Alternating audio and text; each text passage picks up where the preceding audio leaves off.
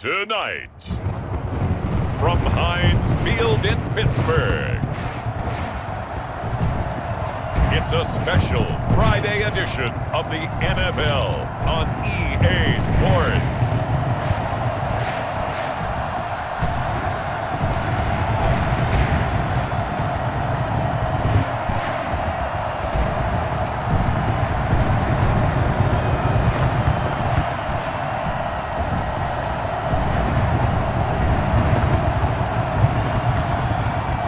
See Ben Roethlisberger and the Pittsburgh Steelers taking on Tom Brady and the Tampa Bay Buccaneers. We're at the confluence of the Ohio, Allegheny, and Monongahela Rivers at Heinz Field in Pittsburgh, PA. Moments ago, a scene that's played here since 2004. Big Ben Roethlisberger greeted by this sold-out Heinz Field crowd. His Steelers getting set to match up with the Tampa Bay Buccaneers.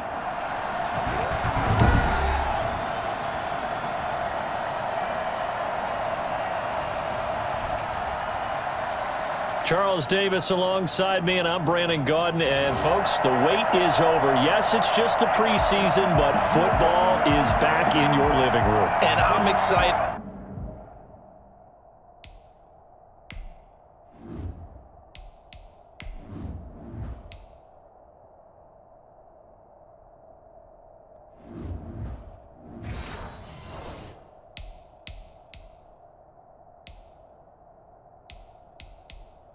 I know you are as well.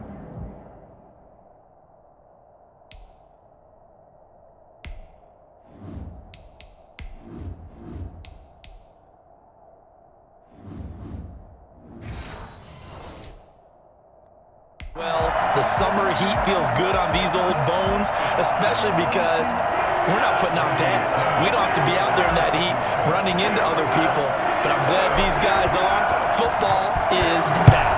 Here's the punter, Bradley Pinion, on to get us started. And we are underway from Heinz Field. And this will go as a touchback, and they will begin things at the 25. The Steeler offense set to go to work, and once again at the helm, their longtime starter, that's Ben Roethlisberger. And for Ben Roethlisberger, there are a lot of question marks coming into this year because he missed nearly all of 2019 with an elbow injury. And if he were younger, maybe not as many questions. But he turned 38 back in March. And now the Pittsburgh Steelers expect to see the old Ben Roethlisberger, who's thrown for over 56,000 yards in his career, leading their team. First carry for the 2018 Pro Bowler, James Conner. And good job of just fighting through one tackle there to pick up about 3. Second down coming up. Charles, you take a look at the draft class for this offense. It's highlighted by a first-round pick who provides a much-needed boost to their offensive line. And you and I both know it's the kind of pick that doesn't often get a fan base really excited. But I know who is excited. Their quarterback. He won't get hit as much, and that should improve the rest of the offense as well. Now a pass that's taken in by Smith-Schuster. He'll be hit down at the 33, 5 yards on the play. That catch good for 5. It's third down. One thing we do know, he's going to get his catches. So as they move forward defensively, got to continue to focus on not giving up the big play when he does catch the ball in the secondary. An early task, 2 plays in. This is 3rd and 2.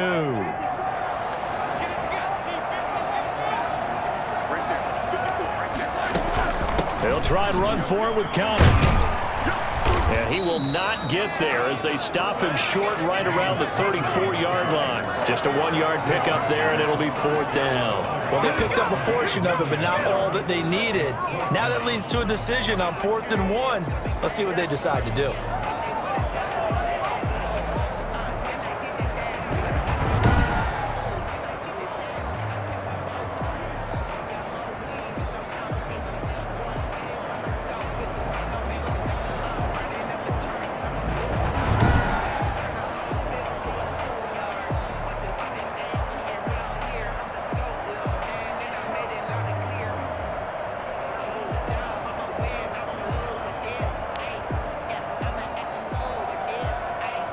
On 4th down, here comes the Steeler punter Jordan Berry to kick it away.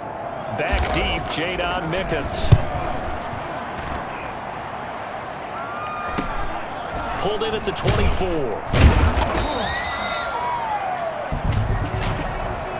Illegal block in the back. Return team.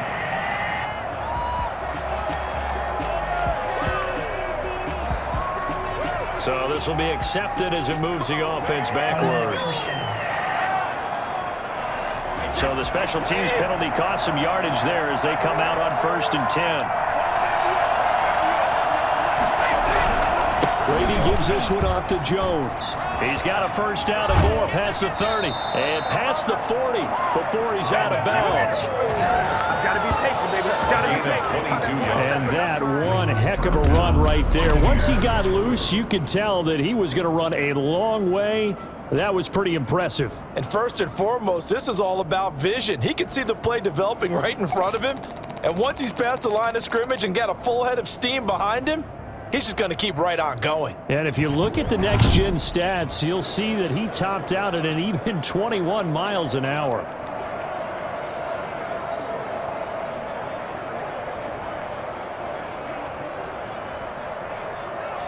One play has him up past the 40 already, and another 1st and 10.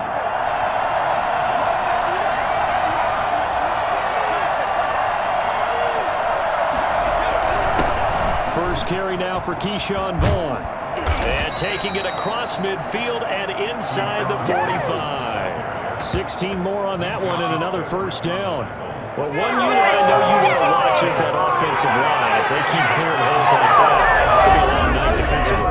No doubt about it, because when they are in sync, as we're seeing so far, when that continuity is there, and you can see that they're playing off of each other while controlling the defensive front linebackers, you're exactly right. It could be a very long night for the defense because someone's going to run for some big yardage. So they go from one 42-yard line to the other as they come up now 1st and 10. Now the first carry for a former Pitt Panther, LaShawn McCoy. And that play going absolutely nowhere as he's belted before he could get out of the backfield. He has elite instincts from his linebacker spot. He's able to diagnose the run and flies in like a missile to stop that one behind the line of scrimmage.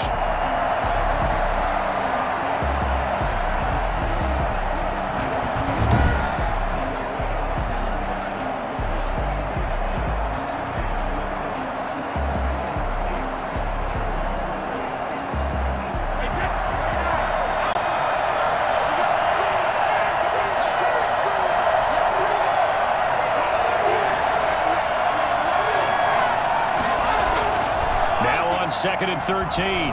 Brady looking downfield for Godwin. He rifles one that's intercepted. Picked off by the all-pro safety, Minka Fitzpatrick. And the return will stop right around the 25. Well, certainly not how he wanted to start his night. First throw of the game, an INT. Yeah, it's not easy, but he's got to try and wipe that one away from the memory banks. And let's face it, it's not often a quarterback and a defensive back have a lot in common. But one thing, because they have these individual type plays, they've got to have short memories, don't they? DB gets beat, wipe it away, quarterback throws a pick, has to do the same thing. Big Ben and the Steelers with a 1st and 10 at their 25-yard line.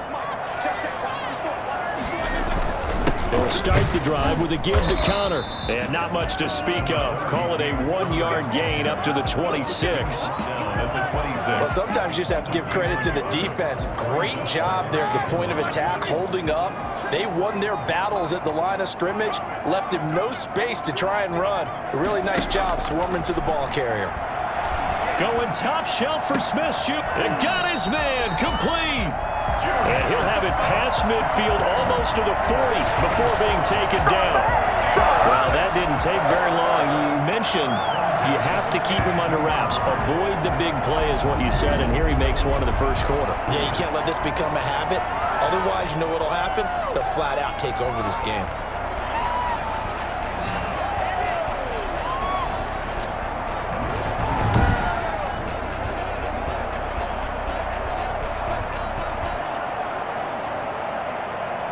So the big play gets him across midfield now for 1st and 10.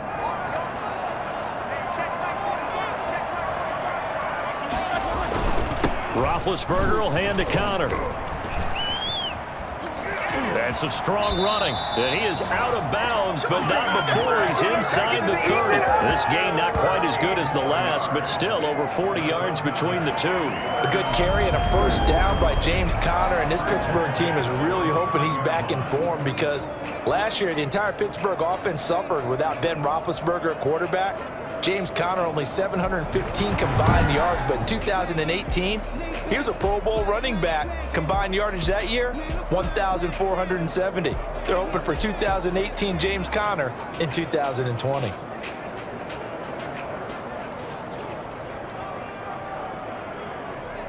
we go. Black 20. I'm coming after you.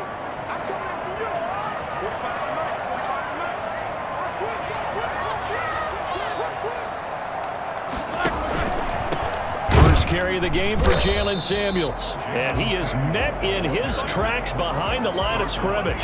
Officially, it's a 1-yard loss. That's going to bring up 2nd and 11. Sometimes you just sit back and marvel at what he can do defensively. Speed, strength, quickness, he's the whole package. And that package just wrapped up the runner for a loss.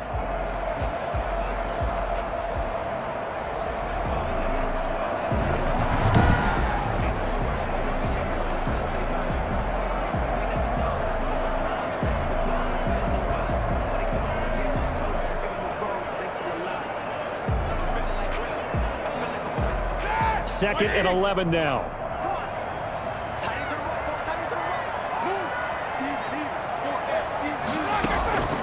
From the gun, it's Roethlisberger.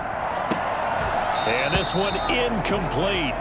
Too much contact to hold on to that one, and it's 3rd down. So much about defending the pass is being able to be right there the moment the ball gets to the receiver, and he was right in his hip pocket, helping force that incompletion. Play fake to Connor. Now Roethlisberger. And trying for Washington, but the pass intercepted. Picked off at the 20. And he's able to get it back to right around the 27. But no doubt, a very disappointing end to what was a pretty strong opening drive. They had 3 points in their back pocket. It was there for them. If you don't like what you see, just throw it away. Make sure you get those points on the board. Don't get too greedy. He forced it there. You saw the end result.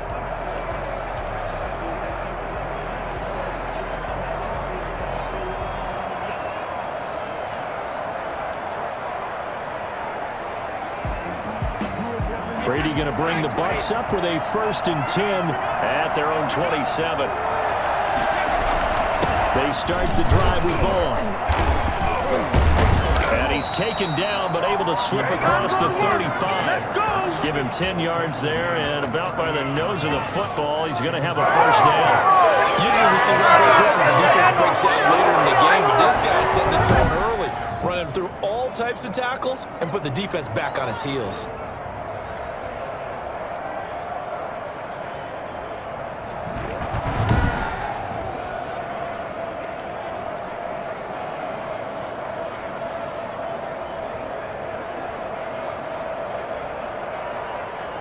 So here's a 1st and 10 at the 38.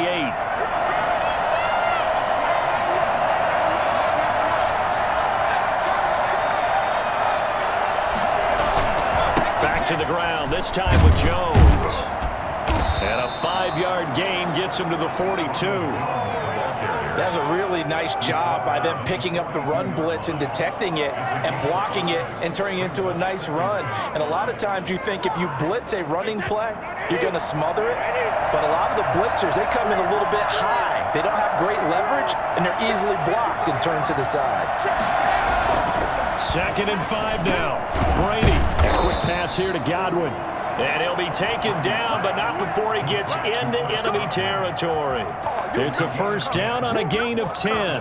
Our 2 quarterbacks here, Brady and Roethlisberger. Of course, they met so many times over the course of the last decade and a half. Brady usually getting the upper hand if you look at the numbers, especially in Foxborough, where Tom was 6-0 against Big Ben with a touchdown-to-interception ratio of 21-0. That's pretty good.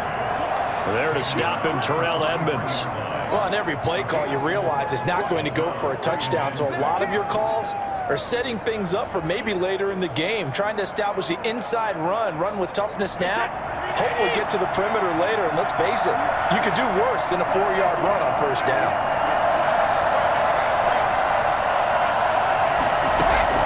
To throw on 2nd and 6. Brady. He'll set up the screen to McCoy. And he'll be out just a yard or two shy of the 30. 12 yards there and a first down. They ran that one well, and not only did they pick up a nice chunk of yardage on the screen, they sent a message to the defense. Rush the passer all you want, but you better be careful. We can hit you going back the other direction.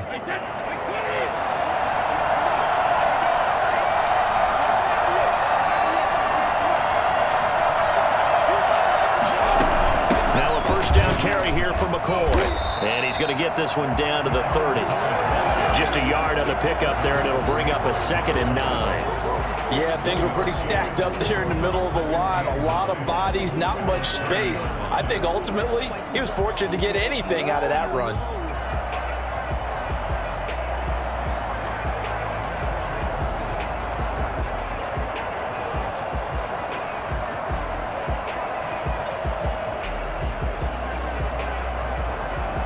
Here's 2nd and 9, just a yard on that last run.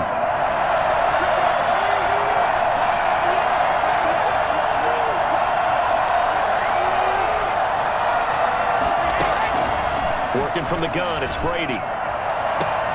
His throw caught right around the 6. And he'll be out of bounds about a half to a full yard shy of the 5. Call that a very strong gain of 23. Utilizing his big target, and he didn't overthink it. Understands the catch radius, understands that he knows how to use his body to keep defenders away from the ball, and puts it right out there for the nice pickup.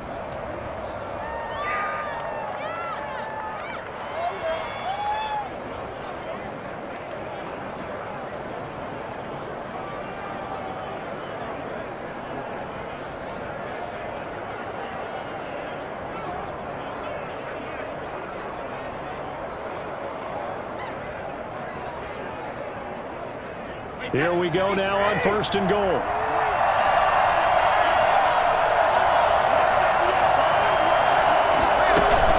Now McCoy. And he's into the end zone.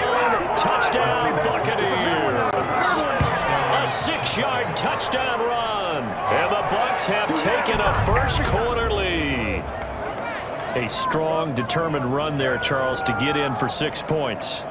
This is why it's such a team game, isn't it? And I know that sounds really generic and it sounds almost trite, but the blocks were made up front, offensive line, collective victory at the line of scrimmage and downfield. And how about the finish to the run all the way into the end zone? Matt Gay on for the extra point.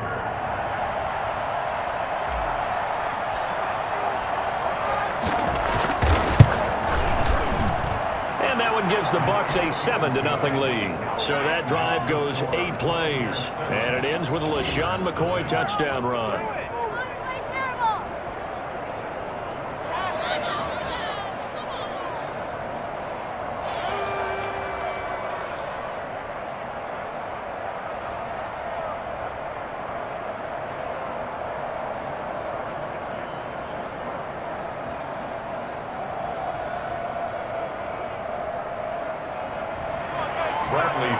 To kick off for Tampa Bay.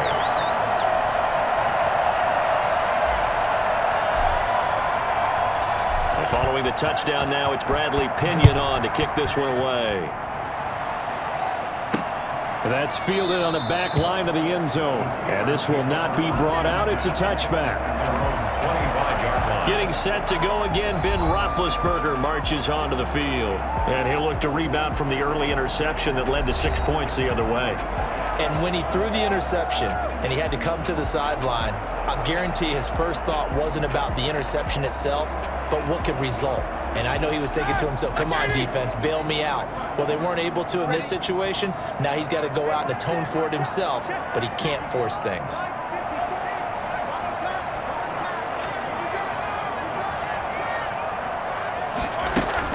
Running to start the drive is Samuels. And he is met at the line of scrimmage, and he goes down right there.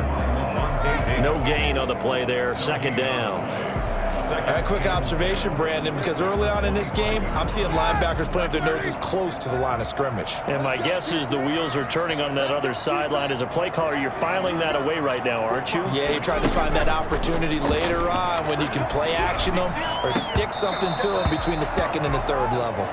They were looking for Johnson that time, and it's third down. They've given him some different looks here defensively in the early going. He's only hit 2 of his first 5 passes. With a big third down coming up, he's hoping he's got a play dialed up that can take advantage of whatever the defense throws at him. On third down, Roethlisberger. And that will be incomplete. I know this offense was expecting to do big things, but it certainly hasn't turned out that way, at least not through the first 3 drives. They're definitely going to have to put their heads together and start concocting some offense that'll move the ball downfield. The Steelers call here on the Aussie, Australian-born Jordan Berry now to punt this one away. Here's Mickens to return. It'll be a 39-yard punt, give him a good 10 yards on the return, and the Bucs will get ready to go on offense. Here comes the Tampa Bay offense now heading back out onto the field. They've got a 7-0 lead in the football as well as they start out 1st and 10.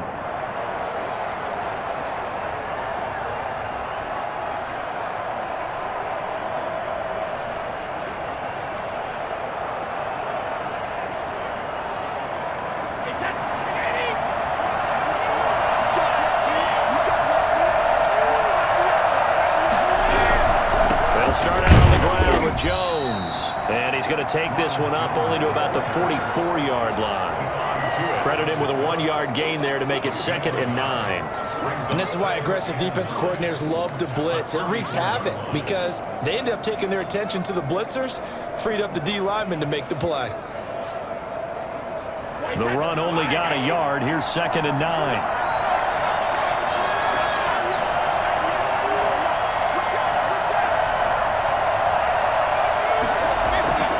Now Brady.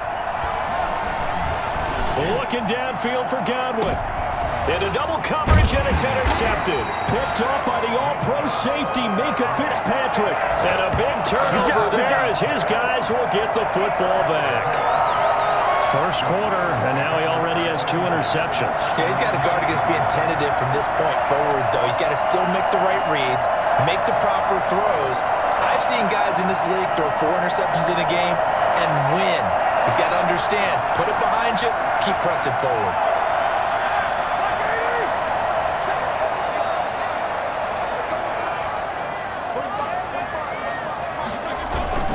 It's Connor as they stay on the ground. And some room to work. And he's brought down, but not before they get it across the 20-yard line. 15 yards is the pickup there, and the drive starting very nicely. First down. Well, they're making an effort to get the ground game going tonight. So far, it's working. I like what we're seeing from the offensive line. They seem to have the leverage going, and they're controlling things and reestablishing the line of scrimmage, moving that defensive front backwards. But also like what the runner's giving us, too. It appears that he's been waiting all day long to get out here and take off.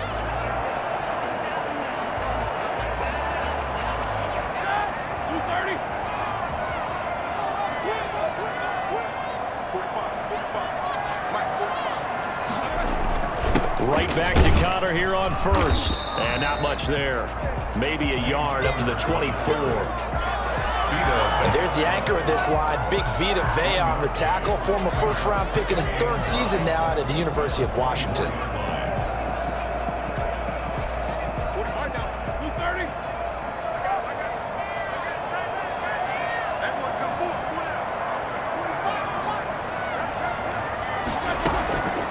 On 2nd and 9, Roethlisberger. That ball caught by the former Toledo Rocket, Deontay Johnson. It's a pickup of 17 and a first down. Well, that certainly has to feel good. It's not all the time that the play caller should get all the credit. Sometimes I think in the huddle, the quarterback just says, hey, who's going to make a play for me? I just need something right here. And the end result there, nice first down. Drive keeps moving.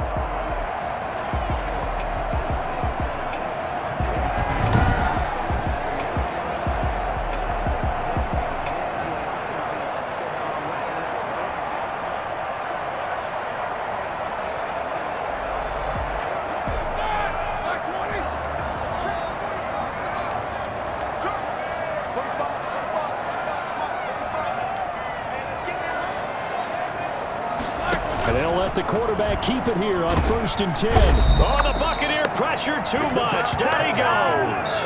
So that time, Charles, quarterback helpless really in the pocket in the face of a pass rush like that. They were on him instantly. And what a great call defensively there, because they decided to bring pressure off the corner. And a lot of times, those big linemen, they can't account for the speed of a defensive back. And that time, he made a beeline right for the quarterback and got him. The cat blitz, tough to defend. As we check the next-gen stats, you'll see he had precious little time to do anything with the football there.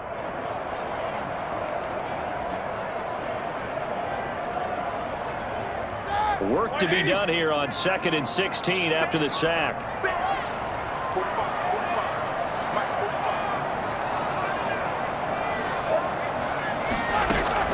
Another try after the first down sack. Roethlisberger, open man, completes it to Smith-Schuster. And he'll be taken down, but not before he works it past the 50. That one good for a first down pickup of 18 yards. Well, I think when they look at their offense, they think to themselves, weapons, weapons everywhere, and they want to move the ball around. They want to spread it to different people. But you absolutely know they want to get this man involved as well, and that's what they just did on that play.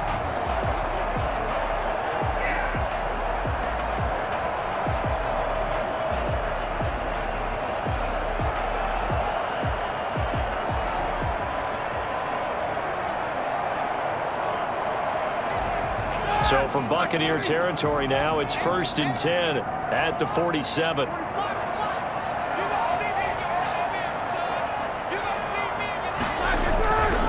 Now Ben going to give this one to Connor. Shaquille Barrett in on the tackle. Certainly a nice job there by the defense rallying to the football and getting him on the ground, but I think the play gets made by the defensive front, because if they can't get upfield, their job is to go ahead and get low, almost get into a ball sometimes, stack things up, and make it difficult for the runner to find a hole.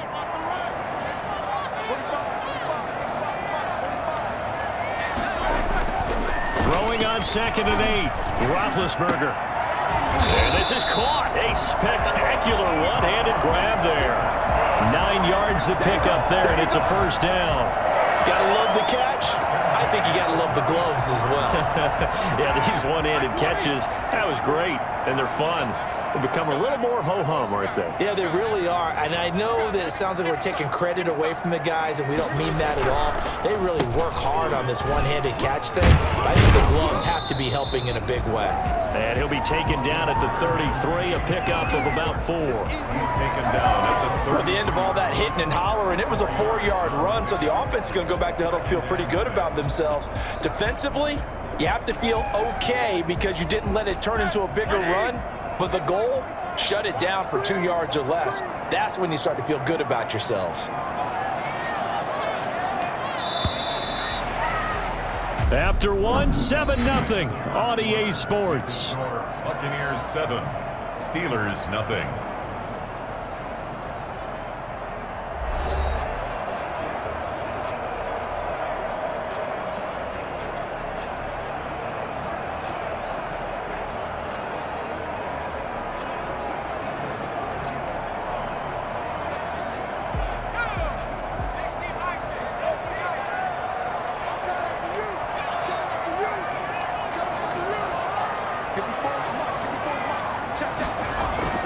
Now it's the backup Rudolph.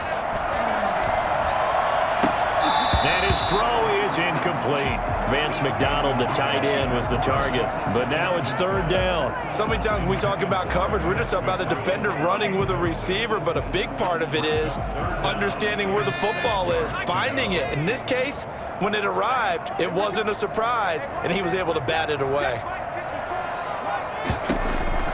Throwing on 3rd down, here's Rudolph.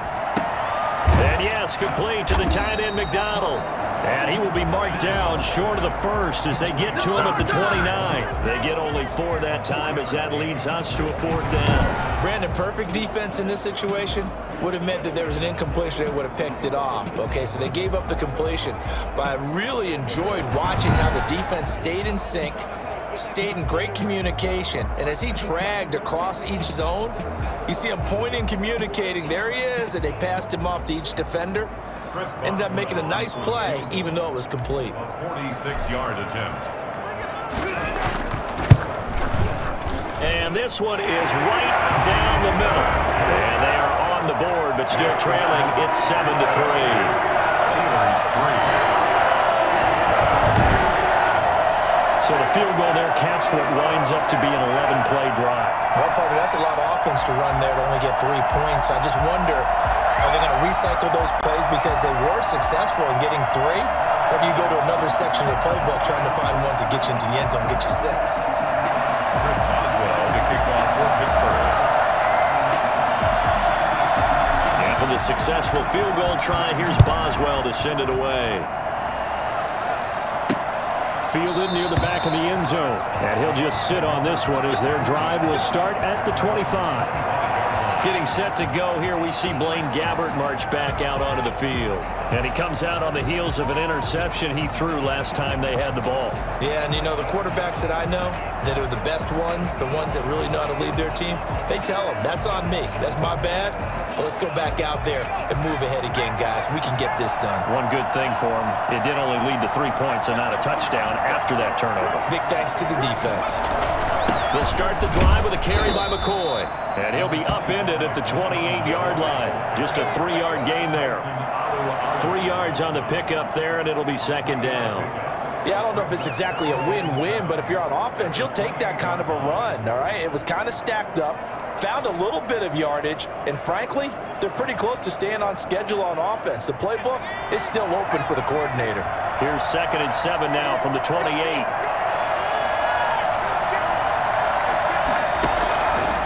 It's the backup Gabbert. Into a double team, and it's intercepted.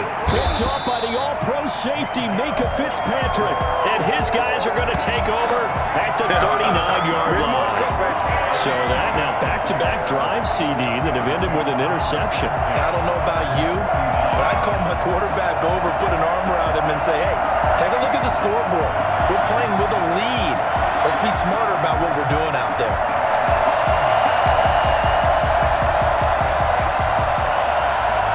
So from the 39 now, they'll come up on a 1st and 10.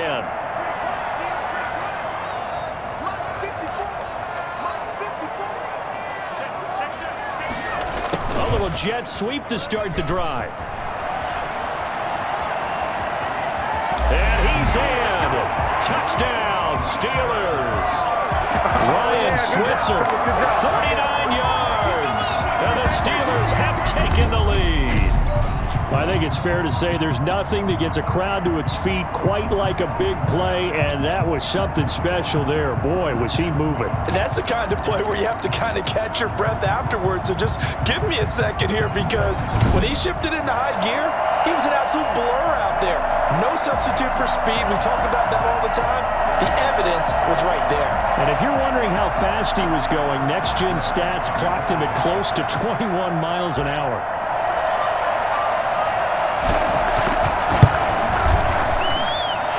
It's through, and that makes the lead 10-7. So they hit pay dirt on just one play. The long run, the scamper, and a very nice scamper into the end zone for the touchdown.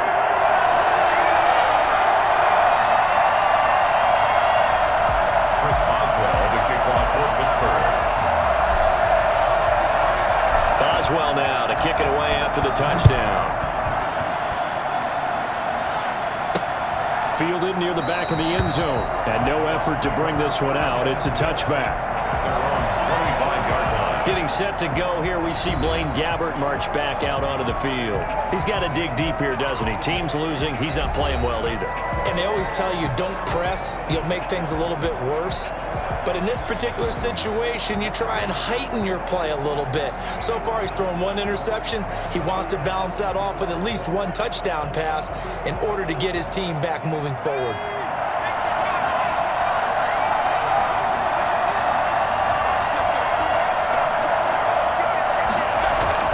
They'll start on the ground with McCoy. And from the 25, they work this to the 29, a gain of 4. Well, they did throw interceptions on their last 2 drives, so no surprise at all they decided to start it with a running play. I'm actually a little bit surprised, though, that they got as much out of it as they did. Yeah, decent little gain. Puts them in a pretty good spot for second down.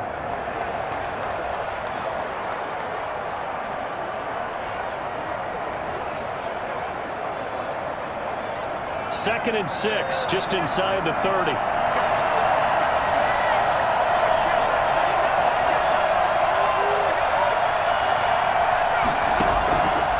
Out of the gun, Gabbard. He hits his target, left side, Watson. And they get him down, but not before he takes it across the 40-yard line. A gain of 13. It's a first down. But one of the ways that quarterbacks keep all the receivers alive in a play, never lock in on any one guy. Make sure you keep your eyes moving, scan the field. And here he finds the open guy for a nice pickup. They'll run on first down. McCoy. And a good burst there gets him 7 up to midfield. And there we saw one of the downsides of blitzing during a rundown, because sometimes you get out of your gaps. You don't fit the run quite as well because you're headed towards the ball carrier with abandon. So they'll come up after the gain of 7 on a 2nd and 3.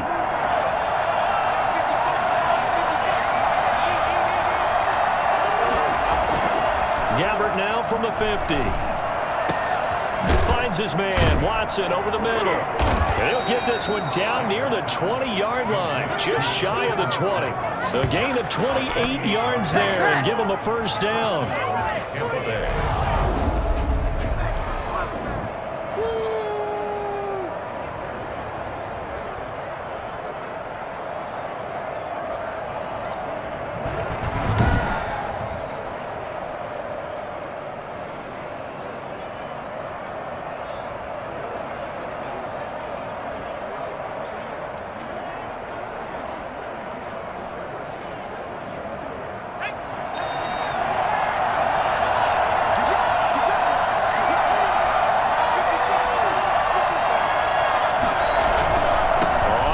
Down.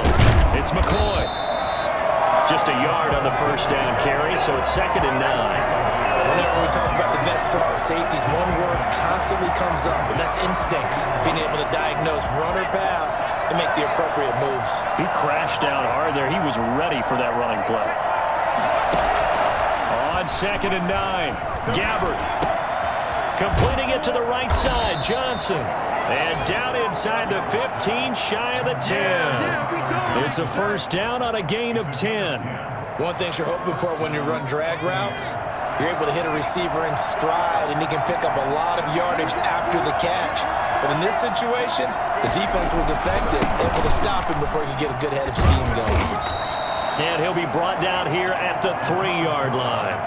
9 yards is the pickup there, and they'll have a 2nd and 1. That's a strong pickup right there on first down. And as this drive goes on, we're seeing an offensive line and running game imposing its will. On 2nd and a yard, Gabbard, and he pulls it in for the Buccaneer touchdown. Tyler Johnson there to make the grab. And the Bucs are going to retake the lead. And all about timing there on that short slant, Charles. Exactly right. That was timed up so well. The route, the throw, touchdown.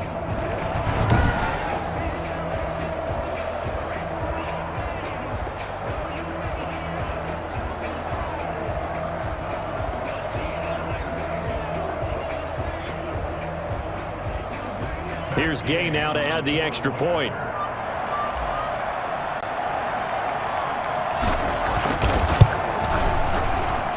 And that makes it 14-10. So that one an 8-play drive. It spans 75 yards. And it's all finished off with a touchdown by Tampa Bay.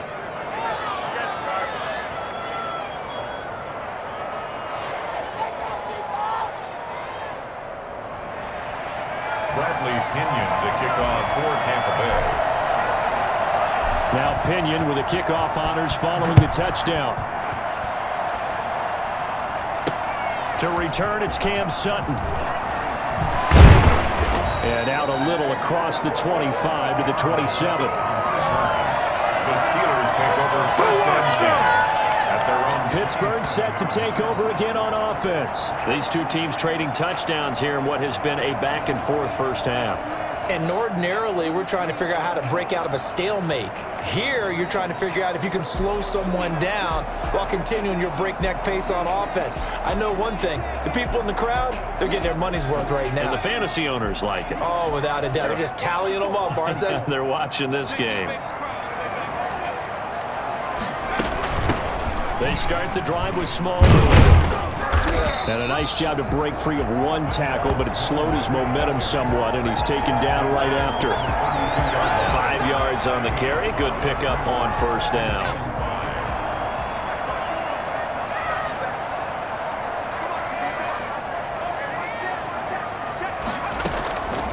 Shotgun snap for Rudolph. Oh, he's able to outmuscle him here as he pulls it in. And getting this just shy of midfield, they'll spot it at the 49.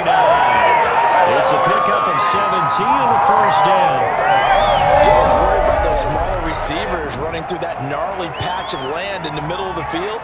But he did a really nice job there holding on to the football and protected himself as best he could while completing the play.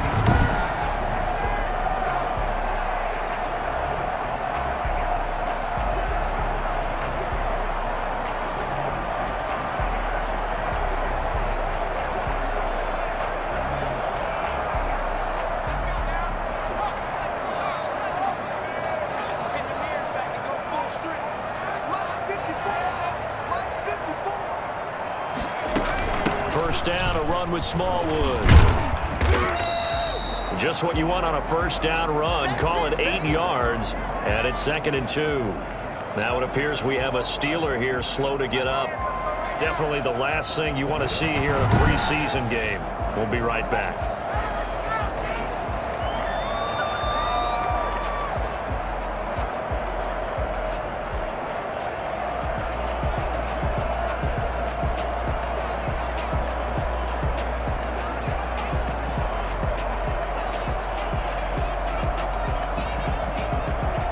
Yards the tally on that first down run. Here's 2nd and 2.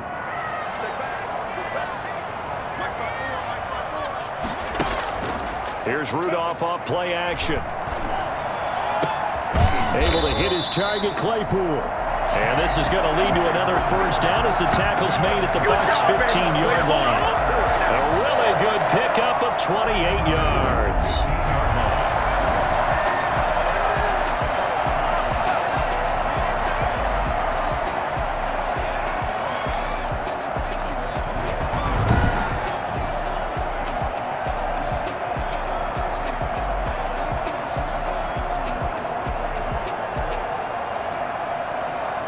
Line of scrimmage, the 15. It's 1st and 10. Right there, 54, right there, 54. From the gun, they run with Smallwood. And now they're inside the 10 as he's brought down at the 9. Give him 5 on the carry there, and it'll be 2nd down. Brandon, all things considered, they have to feel pretty good about getting that type of a gain, considering the blitz that they just had against them. 4 receivers to keep tabs on here. 3 of them to the right side on 2nd and 5. Back to throw, Rudolph. And caught in the end zone. Touchdown, Steelers. Deion Kane there to make the grab. And the Steelers have once again taken the lead. CD for them. This has just been an offensive explosion here in the 2nd quarter. Yeah, held scoreless in the 1st quarter. Now they find the end zone again here in the 2nd. Sometimes you just have to have some patience. A lot of people think it's always an adjustment. You have to change what you're doing. Sometimes you just have to do your game plan just a little bit better. And I think that's part of what we're seeing here.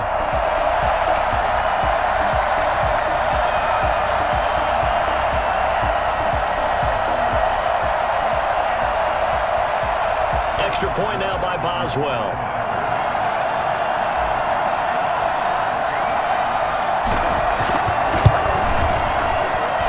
It's good, and they'll take a 17-14 lead. A drive that time of 6 plays, and it ends with a Pittsburgh touchdown.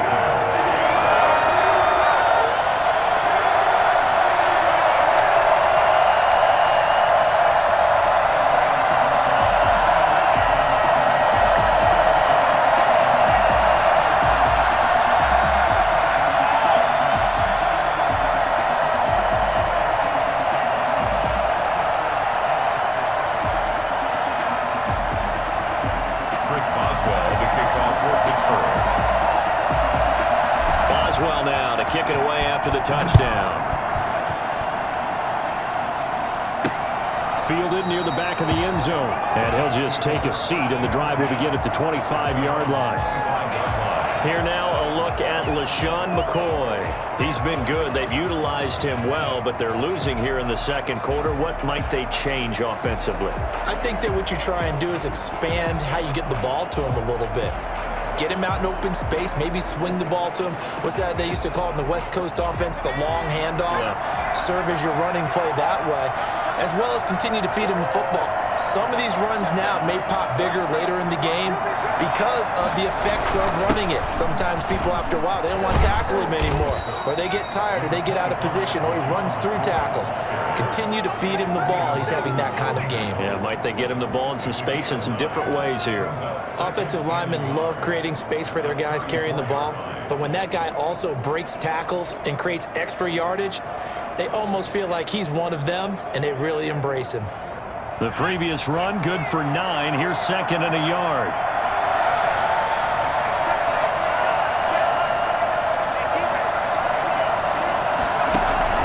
Play action now. Gabbard. And Watson has it right side. And they're going to have this across midfield and inside the 45. 23 yards the pickup there. The goal for any offense versus his own defense, find the holes where guys are available and put the ball on the receiver before any defender can step up and fill it. They did it well there. Perfectly executed crossing route.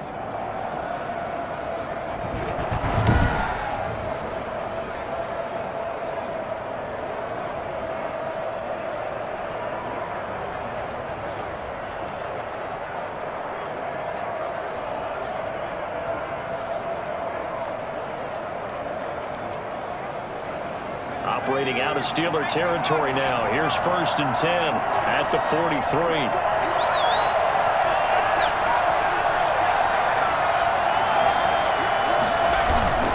McCoy.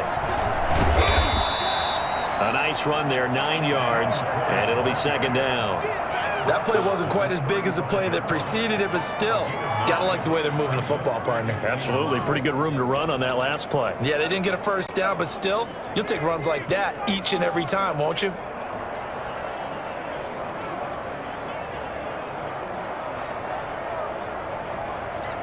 The last run got 9. That leaves him with second and a yard.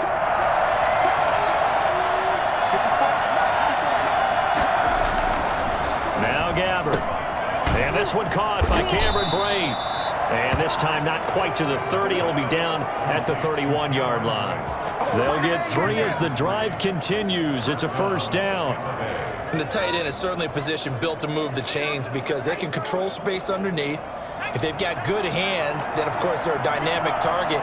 But one other thing is they're right in the sight lines of a quarterback on just about every play. And that makes it easier for the quarterback to pick him out and deliver. And they'll get this one down to about the 20-yard line. Now we're going to get a timeout. Appears we've got an injured Buccaneer. Definitely the last thing you want to see here in a preseason game. We'll be right back.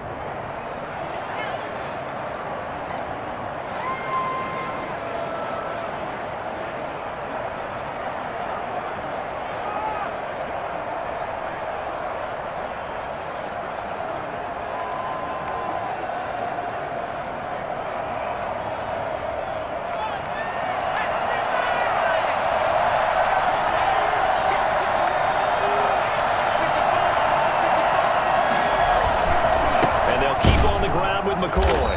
And after the good game last play, this time they say, as he's going to be stopped behind the line of scrimmage.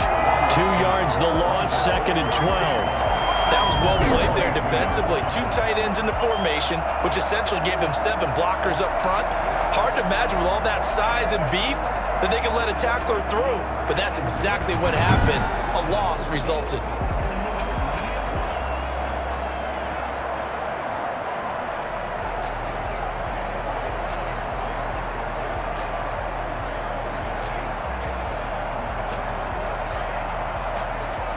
A rare misstep on that last play because the drive has been strong, but now it's second and 12.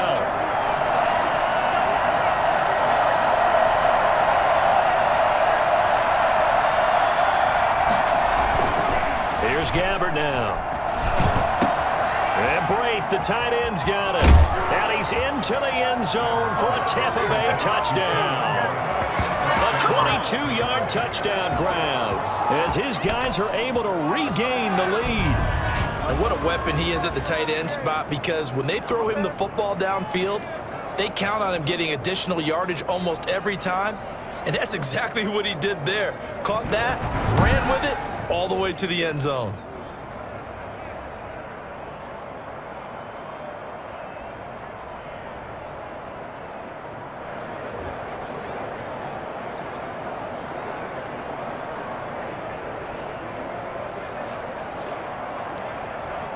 Gay is on for the point after.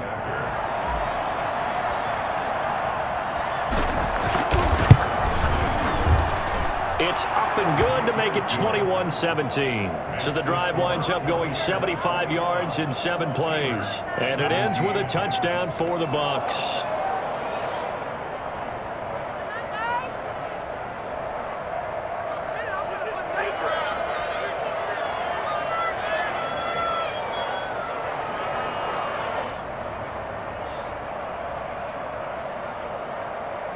Bradley Pinion to kick off for Tampa Bay.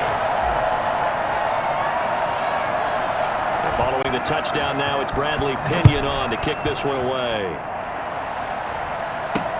Sutton now to return. And beyond the 20, but not by much. In fact, just a yard pass there to the 21. Heading back out there, Jalen Samuels. And for him, it's been pretty limited involvement down on the scoreboard. Maybe time to turn to this guy. And you know me well. Winning games to me means starting with the running game and continuing to press the running game. Maybe you go away from him a little bit now, but the bottom line is he hasn't touched it enough to make a difference. Well, they haven't established that running game yet. The question is, will they? Rudolph going to lead the Steelers up now 1st and 10 at their own 22.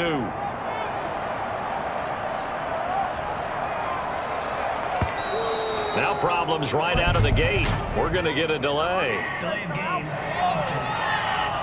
Come on, man. Set the test. You better do something. Why can't we score?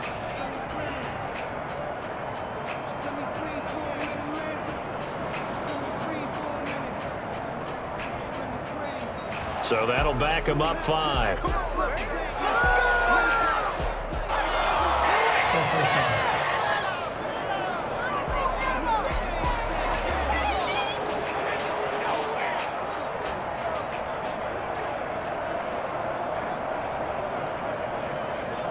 Now they need 15 yards on this series after the delay of game. 1st and 15.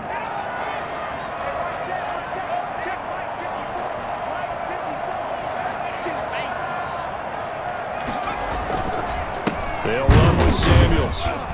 And they'll blow that one up back at the 16-yard line. It's a loss of a yard there, and it's 2nd down. Sometimes being a linebacker in the middle of the field is kind of like being a doctor on the field. You got to make the right diagnosis. Here he correctly sets his run and shoots through to make the play in the backfield.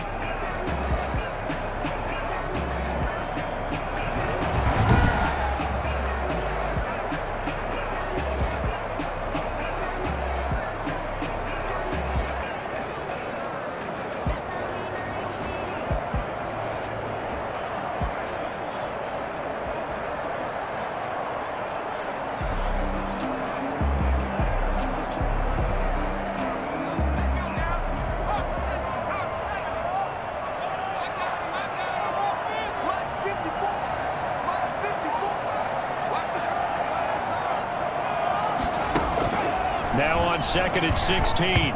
Rudolph. And he whips that one incomplete there.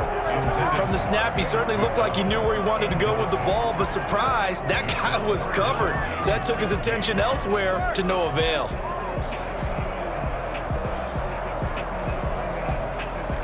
The Steelers on 3rd down. Not good. 0 for 4 thus far. This is 3rd and 16.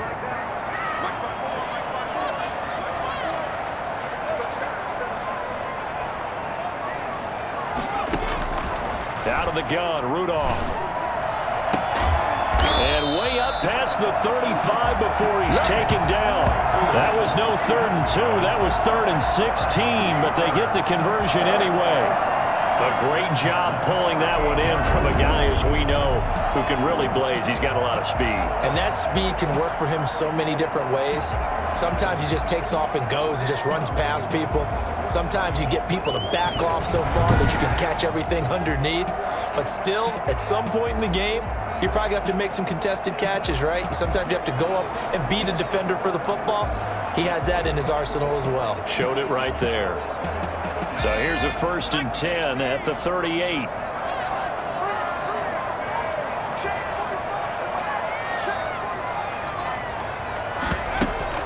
A give to Smallwood out of the gun. And he'll muscle his way up to the 43 for a pickup of right around 5. That's a really nice, tough run inside, and they gained 5 yards on it. And to be frank about it, most offenses don't expect to get 5 yards on a play call like that. So when they do, they go back to their huddle with a little pep in their steps. They're starting to think that they're starting to dominate the line of scrimmage. 2nd and 5 now. Rudolph. And he's got his man, the tight end, McDonald. And he goes out of bounds. It looks like right at the 50. 7 yards there and a 1st down. That's a staple of this offense. Drag route to the tight end. Yeah, he's unable to use his size to break off much more yardage after the catch, but still an effective gain nonetheless. 2nd quarter action with 1:59 remaining.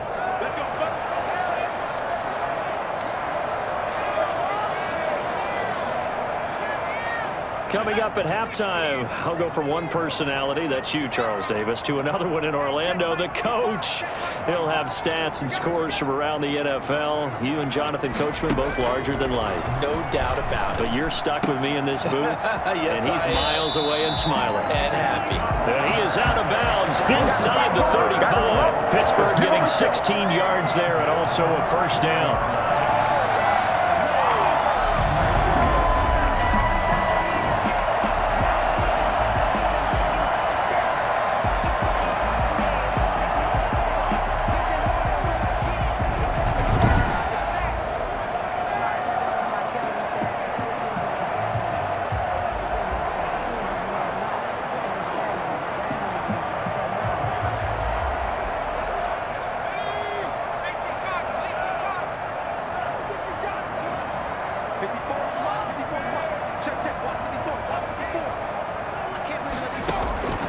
From the gun, here's Rudolph. And he slings one that's incomplete. Chase Claypool, the intended target. And now it's 2nd down. They've given up a few 1st downs on this drive, but getting the incompletion there, that should give them something to build on and maybe turn the tide.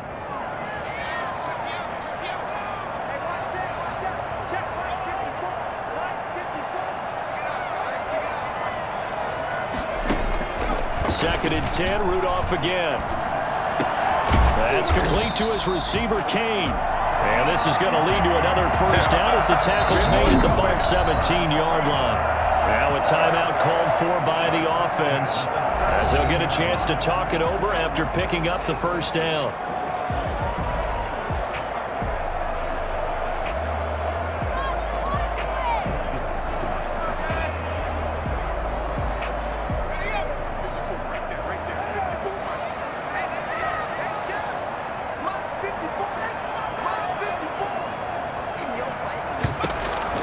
From the red zone now, Rudolph. And he takes a shot on the release as this will be incomplete. Chase Claypool, the intended target. And that'll bring up 2nd down. A lot of times it's that first read that you have. Maybe you get it in pre-snap and he locked in on his target, but he was covered quite well, and that one's incomplete.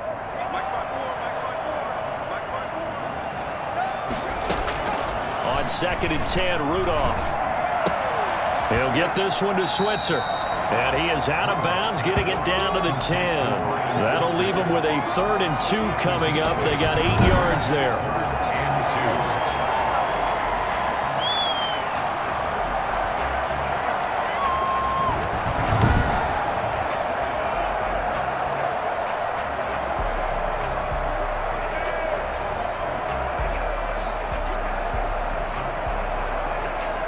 Second down pass play got him 8 yards. Now they've got a 3rd and a couple remaining. Rudolph throwing again. Got his man. It's caught for a Steelers touchdown. Chase Claypool there to make the grab as they have taken the lead.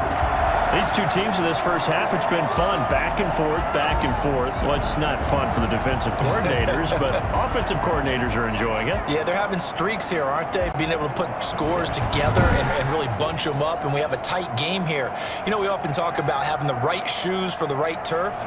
Today it's track shoes. That's what we've seen with these offenses. Yeah, it's been an absolute track meet so far and fun to watch. Boswell for the extra point.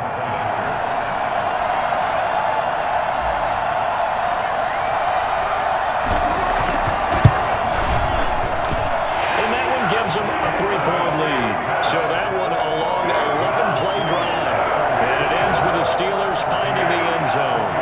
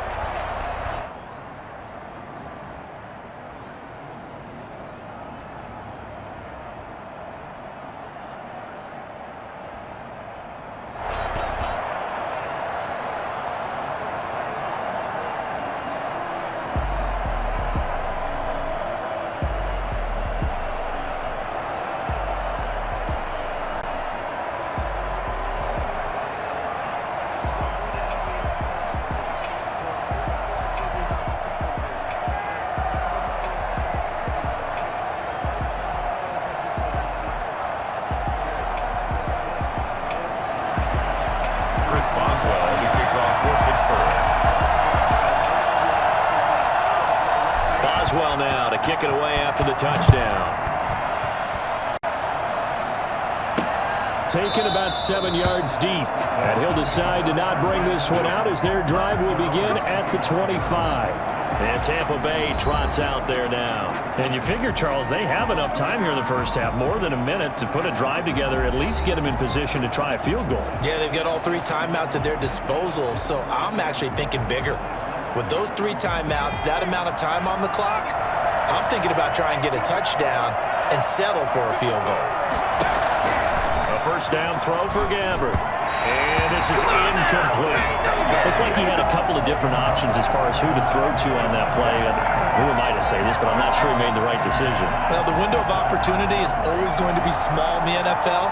That's why those quarterbacks who make quick decisions and have quick releases have the most success in this league.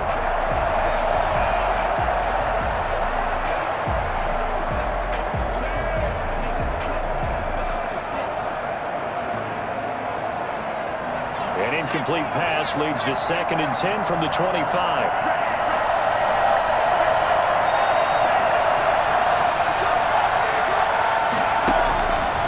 From the shotgun, it's Gabbert. Looking left side, and he's got a man. It's Logan.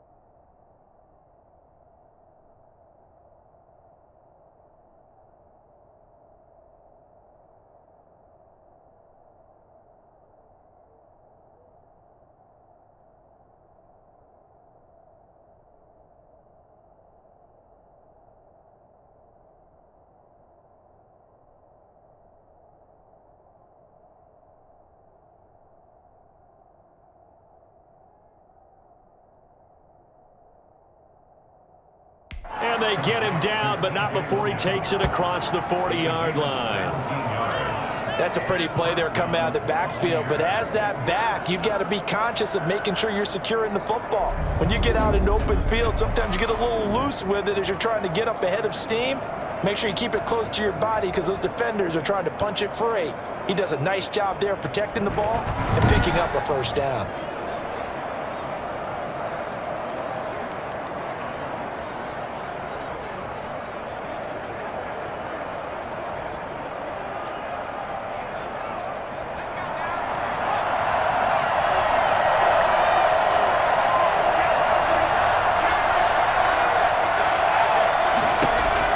Gabbert now to throw on first down.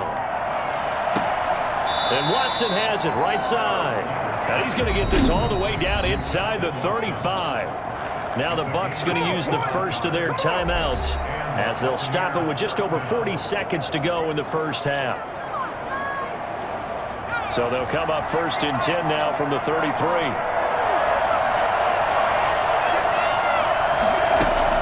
They'll throw again. Gabbert. And he overshot him there. It's out of bounds, incomplete. The tight end Cameron Brate was the target. And it's second down. Early on, the running game's been working well, and the offensive line has been pleased by that. The thought process there, catch those safeties creeping up, trying to help against the running game. They tried to hit them over the top, unsuccessfully. Second and 10 from the 33-yard line.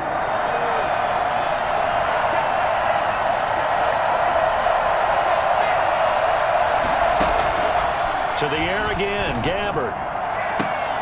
Oh, and this ball's tipped and intercepted. Picked off at the 12. Intercepted. That's the way to make it. Sort of a second quarter to forget for him. Now 2 picks in this frame. Almost as if the first one that he threw, he couldn't shake, couldn't get it out of his head. He ends up throwing a second one as a result. Compounds the mistake a little bit. Yeah, you got to be able to forget, compartmentalize, whatever you want to call it. And the ball popped in the air and intercepted. Mike Edwards picks it off. And he'll take this down inside the 15-yard line. That late in the clock, second quarter, why not just run it a time or two and get it into the locker room? What you're saying makes absolutely perfect sense. Run it and get out of there. But I'm just wondering if the pressure of today's NFL and the high-powered offenses that you're facing may have forced them into saying, let's try and get some more points.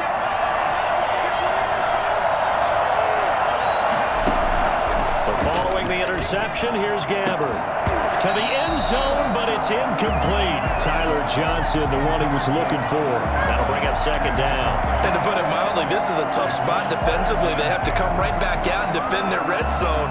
But how about that good first step towards forcing them to settle for at least 3 points? I think they're also thinking bigger right now. Imagine being able to stop them totally and change the momentum. On second down, Gabbard again. And he'll go down. Brought down at the 20-yard line. The number one mission of any offensive line, you got to protect that quarterback, keep him safe back there. This time, the rush got to him in a hurry. And this came from the interior of the defensive line, and these guys, they're normally anchors of that spot, and they don't often get clear shots at the quarterback. But in this case, he got past the center and the guard in no time and got there to make the play. Third and long for Gabbard. And that's incomplete. Clock stops with 10 seconds left. It's now fourth down. So they won't get a touchdown, but here's a chance to at least get 3 to end the first half. Right hash, 37-yard attempt. Gay's kick is good. And that will knot things up here late in the first half. 24-24. So they're able to make things level just before half and also leave very, very little time on the clock. And I love the way that you phrased that. Brought a little soccer into it, and that's really apropos considering they just kicked a field goal to tie things up. Nothing separating these two sides. 24 all our score as he sends this one away. Sutton now to return.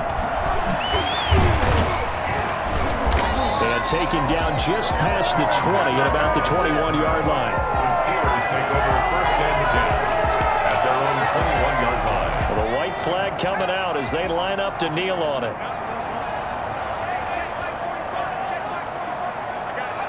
The final second ticks by, and that's going to do it for the first half of play. So we have reached halftime in our first preseason matchup of the year. As we'll send you down to Orlando, and we check in with Jonathan Coachman for our EA Sports Halftime Report. Coach. Okay, Brandon, thanks very much. Back to you guys in just a minute as we've started the countdown to opening night. 3 more weeks of preseason action follow this, and then we get it all started. Less than 1 month from tonight. In our game, at the very least, you can't say it's not competitive. All tied up at halftime. And for the call of the second half, we get you back out to Brandon Gaudin. All right, Coach, thank you, and we welcome everyone back for quarter number 3.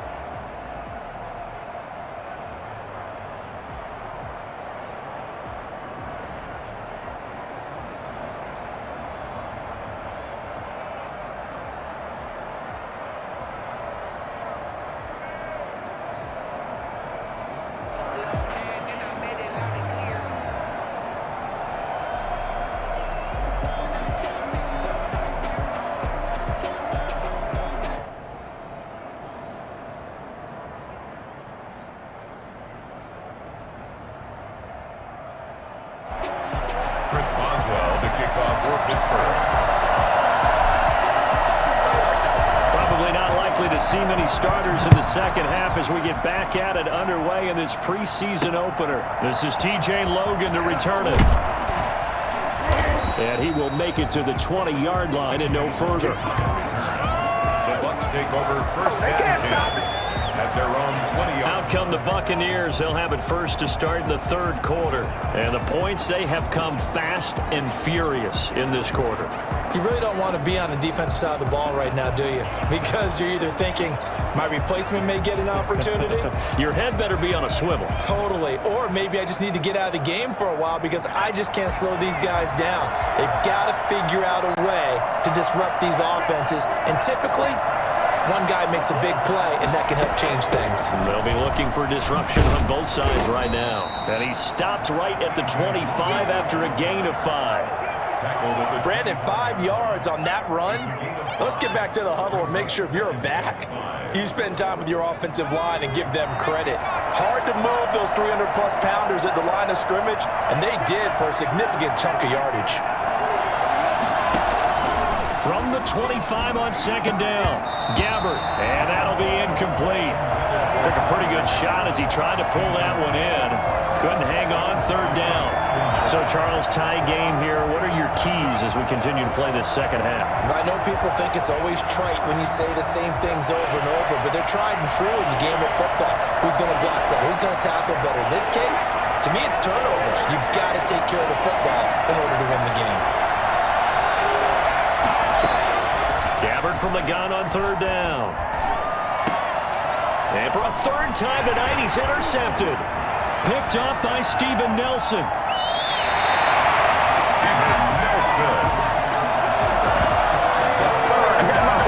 He had his eyes on the end zone. He got close. At least he set the offense up nicely, but he's probably mad he didn't take that one to pay dirt. I agree with you, and you know he's going to get teased because he didn't get it all the way into the end zone.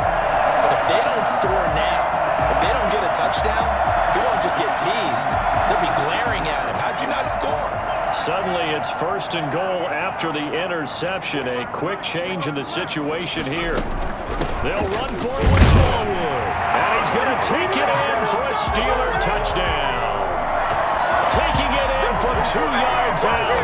And the Steelers capitalize on the short field as they take it in for 6. That almost looked too easy, and I think thanks goes to the offensive line for making it look easy. Yeah, I agree with you totally on that one. I'm not sure how much everyone understands the preparations that go into a game for an offensive line, because there's a reason that running backs and quarterbacks give them big gifts at the end of the season after a big year. The consistency and the continuity it takes to know each other and execute their blocks is pretty impressive.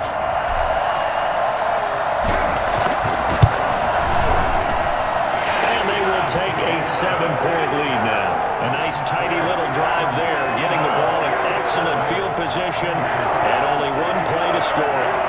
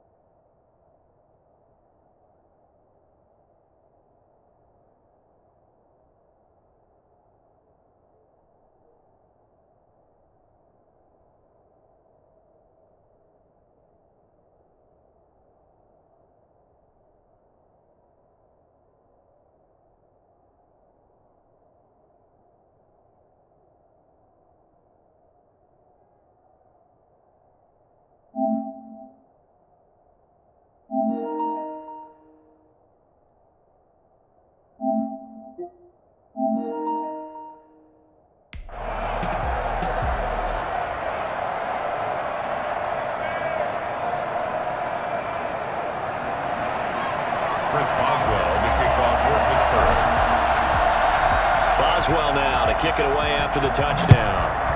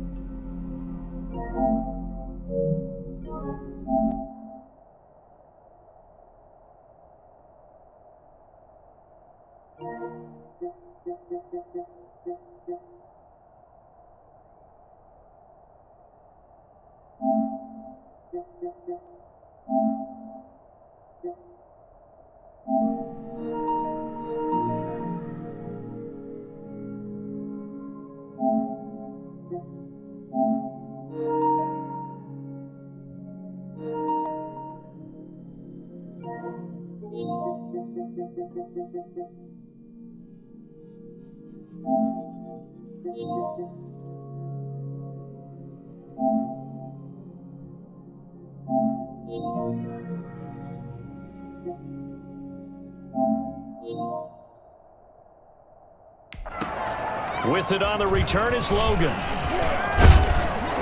And up to about the 26-yard line, just across the 25. The Bucs take over 1st and 10 at their own 20. Back now comes Tampa Bay. And following the interception, just any interception, are you a little bit more cautious when you start that next drive, or no, you just throw that out the window? I think you are. I don't think that there's any way you can run back out there and go, totally didn't affect me. Let's just go ahead and be loose with the football again. You're going to take care of it, but you have to be careful about being too cautious because now you can't run any offense at all. Still want to attack. We'll see how they attack them here. They'll run on 1st down. It's McCoy. Only a couple there as he'll be brought down about the 28. Defensively, we always know that he is tough in run support, and I think the way that he gets there is he understands what an offense is going to do before the ball's even snapped. A great job of scouting prior to the game, then reading, reacting, and taking the right path to the ball carrier. Throwing on 2nd and 8. Gabbert. Pressure comes, and the Steelers take him down. Tyson Alualu. Credit him with a sack as he buries him for a loss of 10. Well, the beauty of screen passes is they take a little time to develop, and they can often hit big, but sometimes they take too long to develop, and sometimes you get sacked. Yeah, what's perfectly called for a defense to attack a screen? Typically a blitz, and even though people think that the screen operates against the blitz, if you have the blitz called and you still cover the screen, now that allows your blitzers to get there. The Steelers now in the nickel here on 3rd down.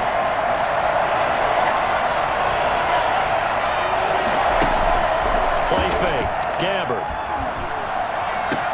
And that's complete. It's Watson. And he is going to have a Bucs 1st down as they're able to get the 3rd down conversion. The defense shaking their heads, not aggressive enough, and they allow him to convert a 3rd and 18. With the kind of game he's had so far, you had to know that on 3rd down that they would be looking his way, and they did, for big yardage and a 1st down. I think the defense fell asleep at the switch on that one. I would have doubled him, tripled him, anything to keep the ball out of his hands.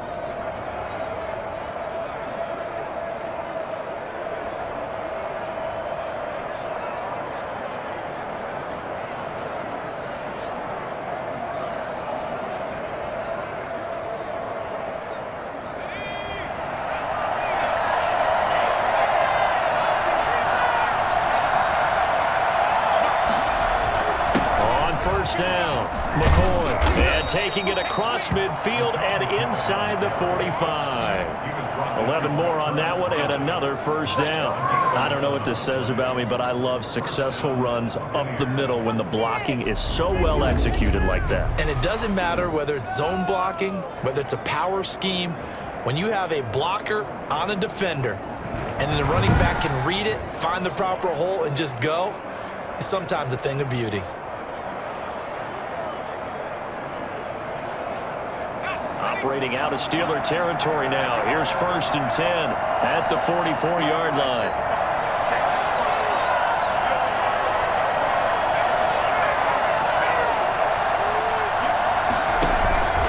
And they'll keep it on the ground with McCoy. No dice this go around. He's hit behind the line and taken down. 2 yards the loss, 2nd and 12. I'll tell you what, this defense hasn't played its best, but they're still right in this football game. If they keep making plays just like that, they're going to give their offense a chance.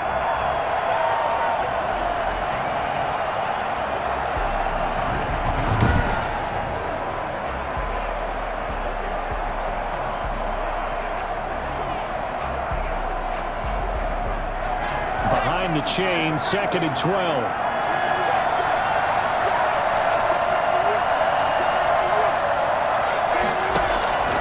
From the gun, Gabbert. Completing it to the right side, Johnson. And he is out of bounds, but not before he's inside the 30. That one a gain of 20 and a first down.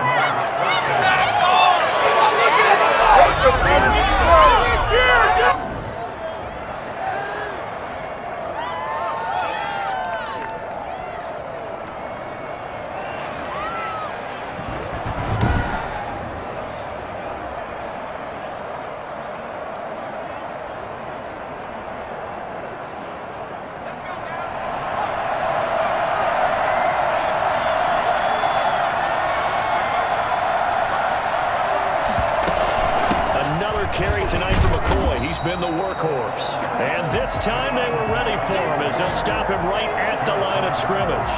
He'll lose a yard there, and it's 2nd and 11. Have to give credit for a nice play there, but also have to look at it as a blown assignment. He became a free runner that turned into a free hitter.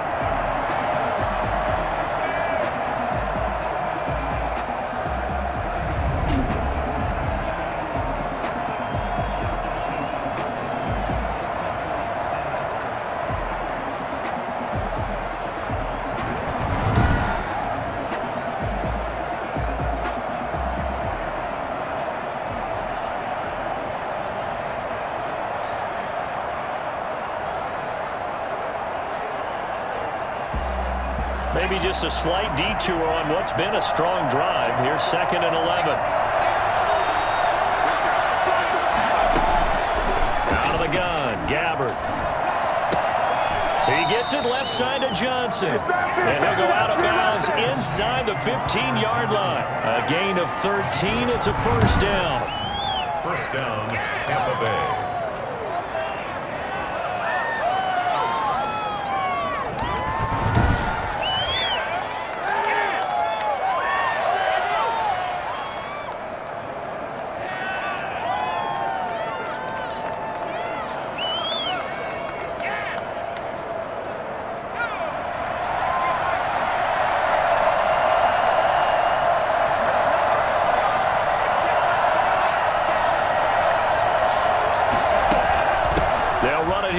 And he's into the end zone for a Tampa Bay touchdown. Taking it in from 14 yards out. And the Buccaneers are an extra point away from tying up this football game. A solid blocking up front from the guys on the offensive line allowed him to get in for the touchdown. Yeah, some might say that the guys on the offensive line were in concert. I used to have a coach who called it marrying up. Meaning, when you get on a guy, you just stay right there, and each guy has his own assignment. That allowed the runner to make the big move towards the end zone. Here's Gay now to add the extra point. And that will tie our game here in the third quarter. So that drive consumes 9 plays all told. And it was finished off by the 14-yard touchdown run.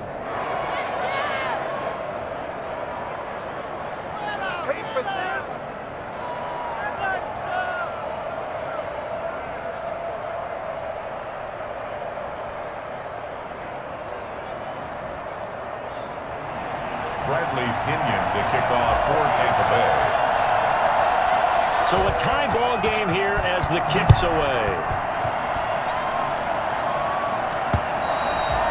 And this will be a touchback as that sails over the end line.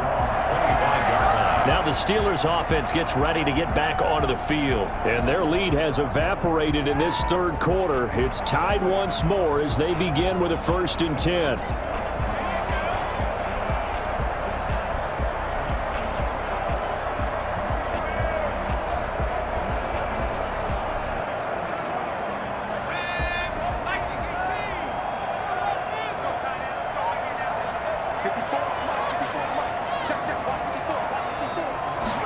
And they'll begin by running the option. Open man is Switzer complete. And he's upended at the 33 following a good pickup of 8. A good pickup there. 8 yards on the first down completion. Was that a design pass, or what was that? It was built into the play call. He had the opportunity to either hand it inside, keep it himself to run it, or do what he just did. Throw that pass inside, hitting a receiver on the run.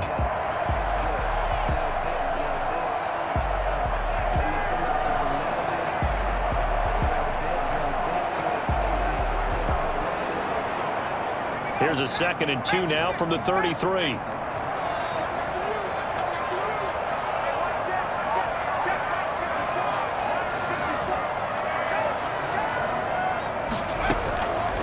Shotgun snap for Rudolph. Able to hit his target, Claypool. And they're going to have this across midfield and inside the 45. Good work after the catch. Going to net him 23 and a first. Quarterbacks love slant routes because the receivers are breaking right into their line of vision, and receivers love them as well because they're getting the ball on the move and able to catch it and try and get upfield and gain additional yardage.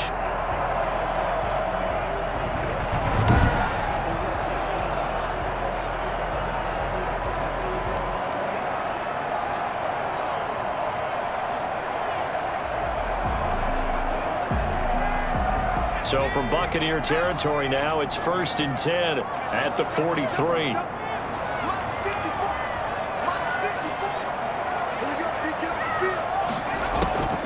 Here's Smallwood. He's got it on the draw. And they're going to stop him right at the line of scrimmage. Just no cutback lane to be found whatsoever.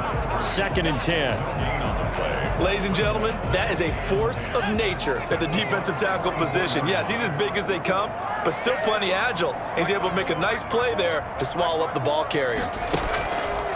Looking to throw on 2nd down.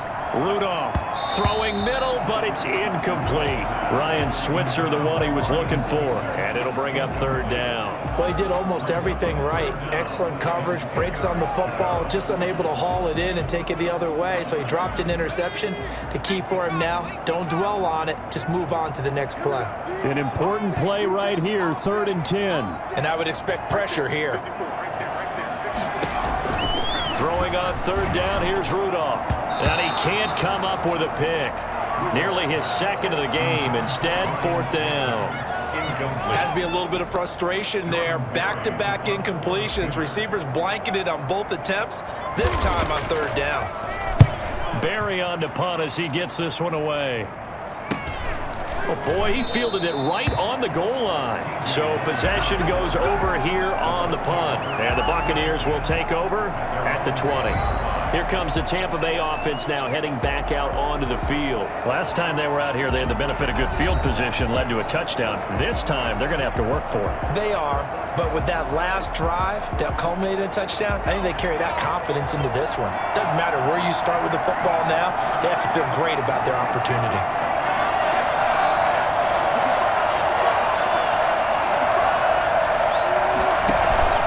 They'll run on 1st down.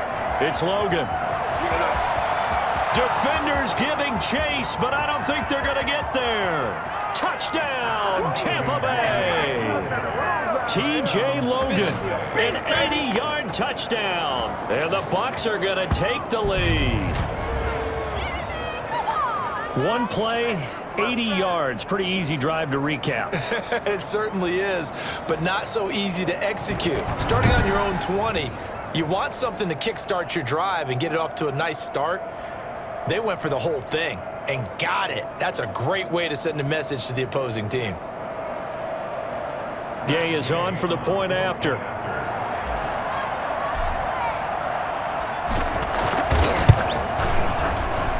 And they will take a 7-point lead now. Those are the ones the offensive coordinators dream about. One-play drives from that distance. What an effort. It results in the touchdown.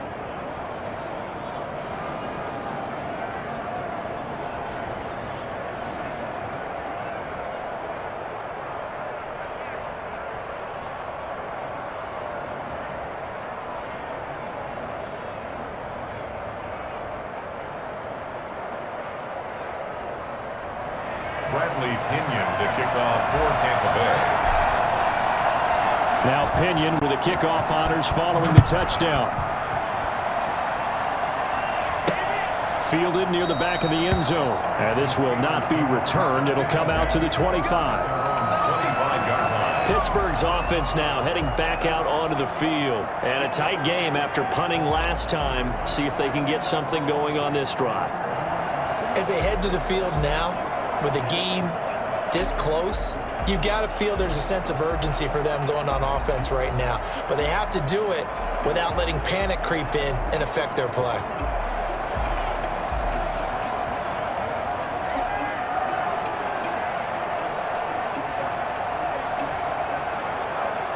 Rudolph going to lead the Steelers up now 1st and 10 at their own 25-yard line. Play clock down to 0, and this is not the way to start a drive. Offense. Don't you do that. And that'll set them back 5. The delay of game backs him up 5, 1st and 15. On the carry, it's Samuels. And he'll be stopped up at the line of scrimmage with a flag down. Let's check on the call. Offense.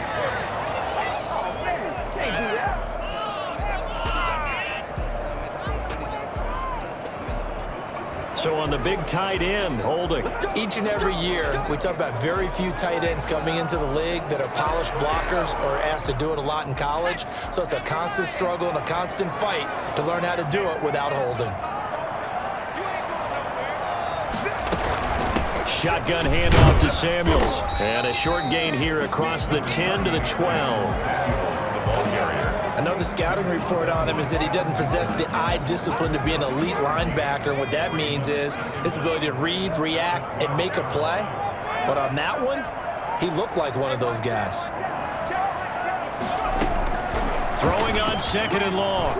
Rudolph firing quickly here, and that's complete. The reception good for 7. It's 3rd down. Fired that one in there, able to make connection on a nice in route. With those faster passes when they're going that fast, any hesitation as a quarterback that the deflection, if you miss, might be bigger and lead to an interception? Yeah, and the deflection works both ways. Maybe a defender gets a hand in the way and it pops in the air. And sometimes you throw it so hard your receiver can't handle it, and he pops it up in the air for the defenders to grab as well. But a moot point there as they were able to connect. 3rd and long, it's Rudolph. And a throw there going to be incomplete. There on the coverage, knocking that one away was Mike Edwards. How about some applause for the defense there? They forced him to throw that one into coverage, and just like that, they're staring at a 4th down. Well done. On is the punt team now as this one's sent away. 39 yards on the punt, give him just 1 yard on the return. And that will come the offense as they take over. Getting set to go here, we see Blaine Gabbert march back out onto the field. He's been a good game manager. They're winning here in the 3rd quarter, but really the ground game is where it's been at for them, hasn't it? So whatever the game plan was, you just got to focus on continuing to run the football. And really that takes the pressure off of the guy throwing it around. Doesn't have to be the focal point. Hand it off, let him chew up the yardage and big plays, and your team's winning. The only people upset, the fantasy guys who may have started him at quarterback in their leagues. And we'll see if they continue with the recipe of the ground game. When this offense gathers to watch the tape, they're going to like a lot of what they saw. They put up big numbers, but they might fast forward through that last play. Oh, there won't be any fast forwarding, partner. I've sat in those sessions before. You end up spending more time on the bad plays than you do on the good ones. It's just the nature of coaches. But I know sitting in that room, when you've had a big game, the night that they've had, you don't want to hear that. You just want to focus on the good stuff.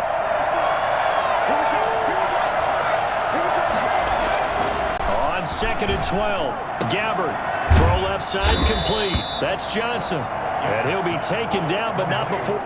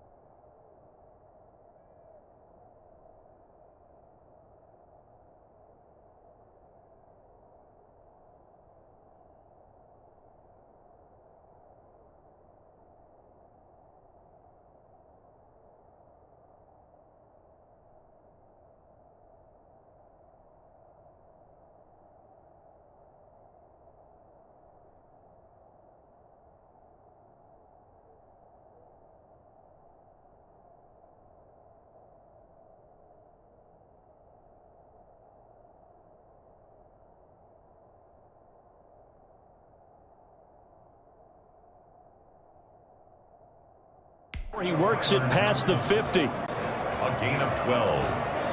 First down, Buccaneers.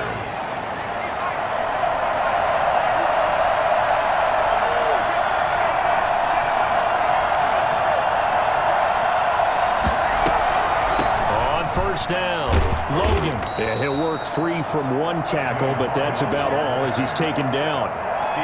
A gain of 3, second down.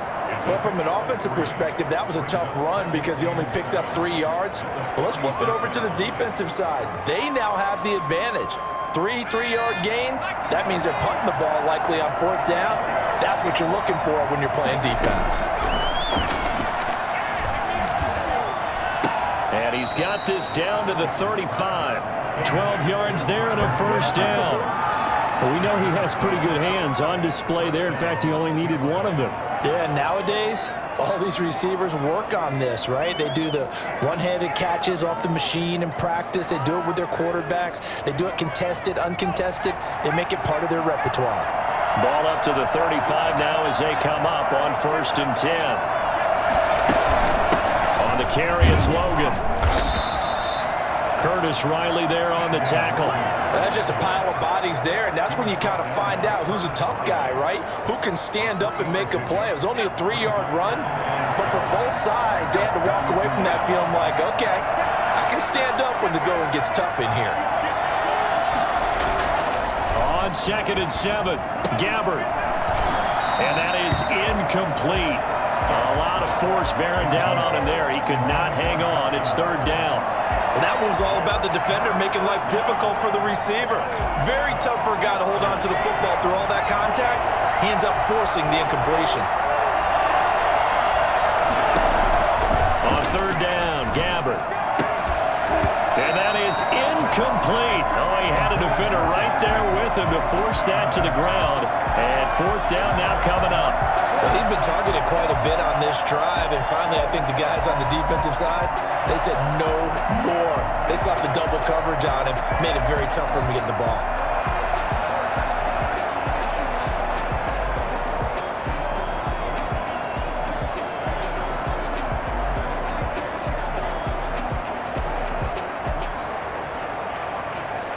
And for the second time tonight, this field goal unit comes out here.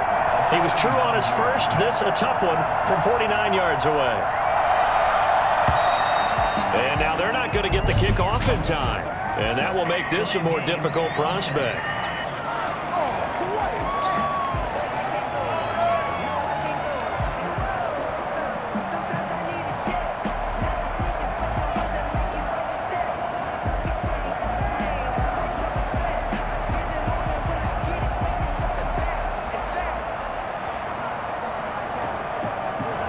Accepted, of course, and that moves him back 5.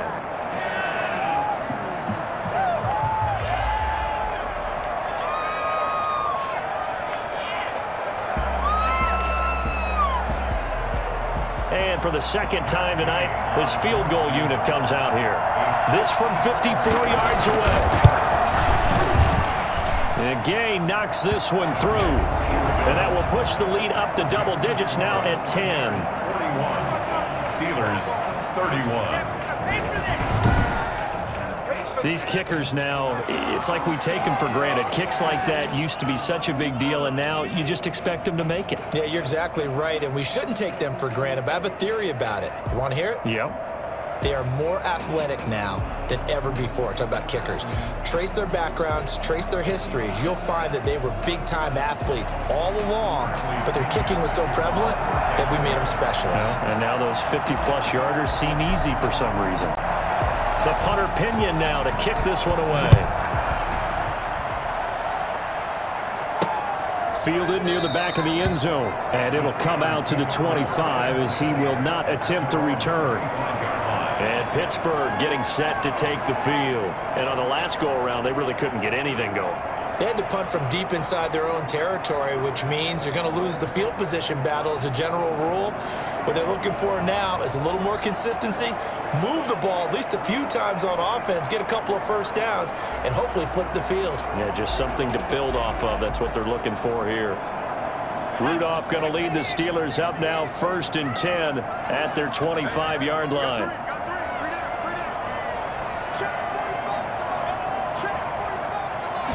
They'll start with the option.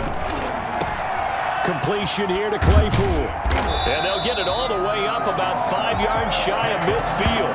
Great way to start the drive. 20 big ones and a first down. That time on the run pass option when he decided to throw it. Not a quick little drop off. He went downfield a bit. Reminiscent of a triple option quarterback in college because he faked it inside and instead of immediately throwing it out to the perimeter, stepped back in the pocket to find a target downfield.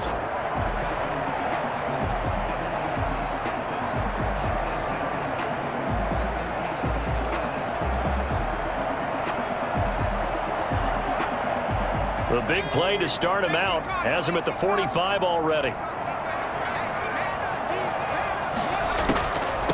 A run with Smallwood. And he is met quickly in the backfield. Down he goes, folded like a lawn chair. 2 yards the loss, 2nd and 12. If these guys got to chop into that deficit, they got to do a much better job in the run game. Caught behind the line of scrimmage, no yardage would be found.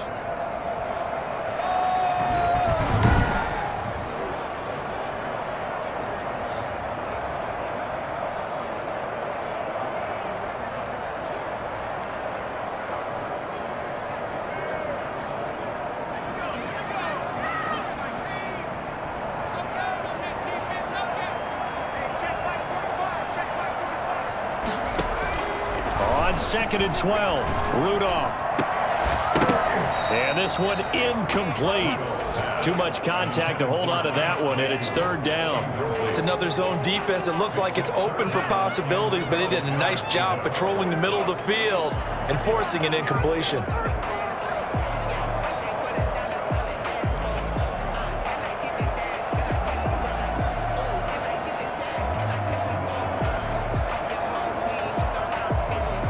This offense in desperate need of a conversion as they come up on 3rd down.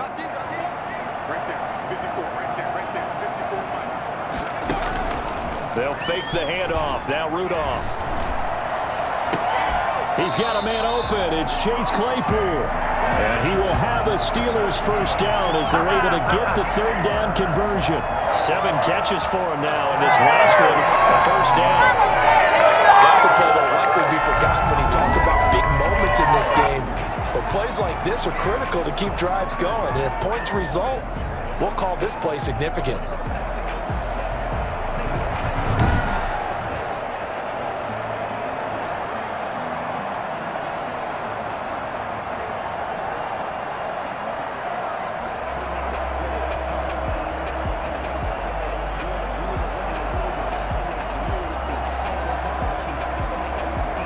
So from Buccaneer territory now, it's 1st and 10 at the 37-yard line. On 1st down, it's Samuels. And some room to roam now. And inside the 20 before he's brought down. Another big gainer that time. This one goes for 19 yards. Seemed like a couple sets of eyes were on the quarterback, so he decided, hey, I'm going to hand this off. Got a good gain out of it. And you know you need good blocking up front in order to gain yardage, but every one of these RPOs, if you do it right and they look the same, whether it's handed off inside or the quarterback keeps it, that allows you to fool the defense so often. And in this case, fooled them with the inside run.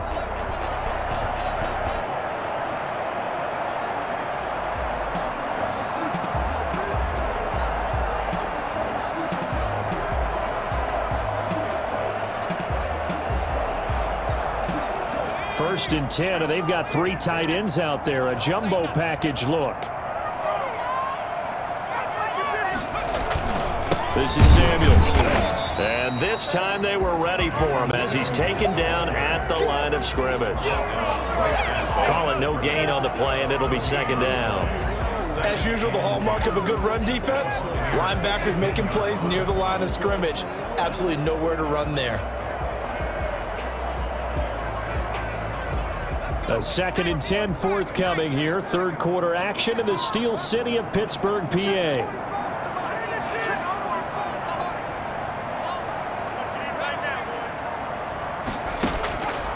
From the gun, here's Rudolph. Oh, the ball comes out on the hit, but they'll say it's incomplete. And Switzer, the intended target. And it's 3rd down. I think he had to unload that one before he wanted to. He was right up in his grill. I think he was a dentist there without a license, don't you?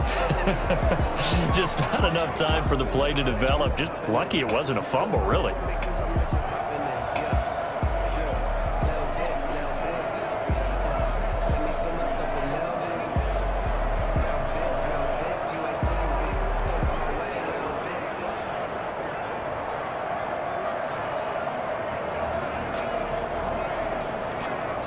Here comes the 7th play now of this drive as this is 3rd and 10.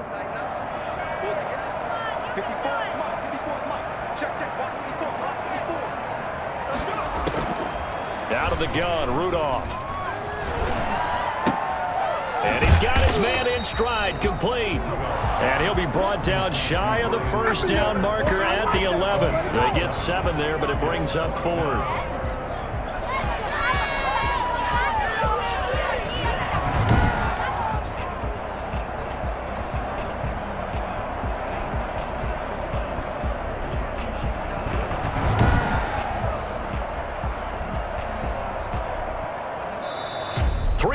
In the books.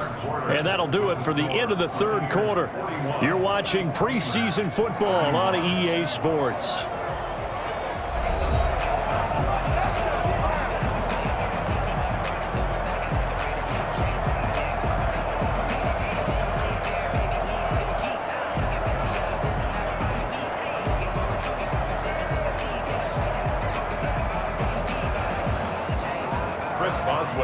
For the field goal, a 28-yard attempt.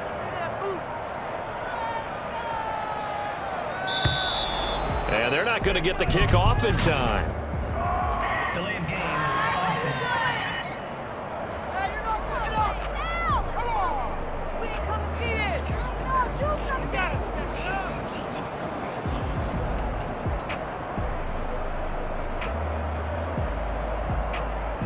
That's going to set him back 5 yards.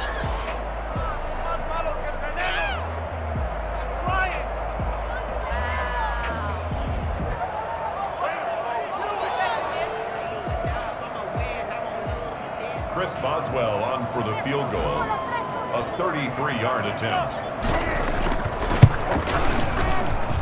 And Boswell's kick is good. And this is back down to a 7-point game. Buccaneers 41, Steelers 34. All right, so they needed 2 scores to get back in the game. The field goal there, maybe not exactly what they wanted, but the necessary first step. There's still time remaining, and there's enough time to get it done. They've got to get it the least a 3-and-out here to get the ball back, preferably a takeaway. After the successful field goal try, here's Boswell to send it away.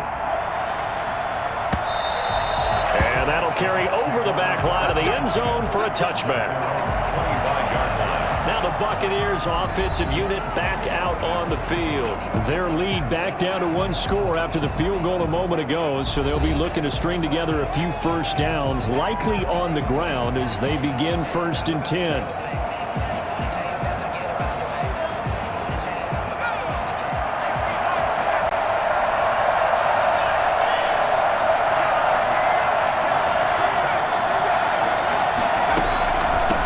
This is Logan.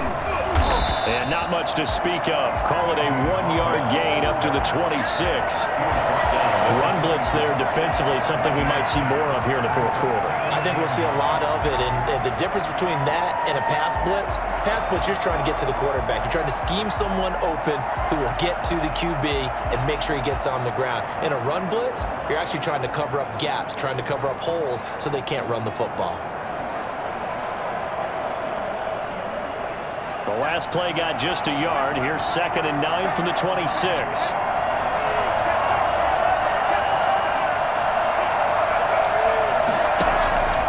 To throw, Gabbard. He hits his target, left side, Watson. And he's going to lose yardage and be backed up to the 25. It's a loss of a yard, so it's back to 3rd and 10. Well, if you're going to turn things around in a game like this, Charles, those are the kind of plays that you need. And I just love the way that defense rallied to the football on that one. They got the completion, but he was smothered behind the line of scrimmage. And when you make tackles like that, your whole defense is going to be fired up. Really nice play getting to the ball.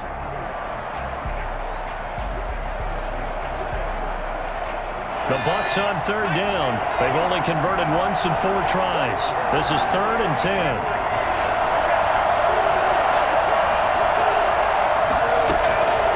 Throwing. Gabbard. This is Johnson. He's got it. And he is going to have the Buccaneers first down as they're able to get the 3rd down conversion. Give him 22 there on the 3rd down conversion. He's been the go-to guy. They needed a big play there on 3rd down. Went his way. It worked out. Doesn't matter whether they've scouted it or that they think he's going to get the ball. He has a knack for finding his way open and completing the connection.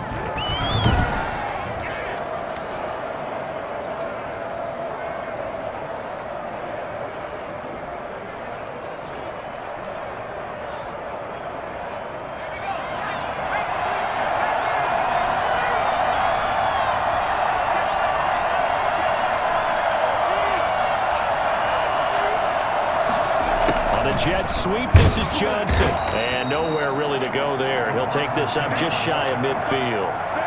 Daniel McCullers in on the stop. Let's just make this one succinct. Nice job there. All 11 guys on defense diagnosing the jet sweep and putting it down.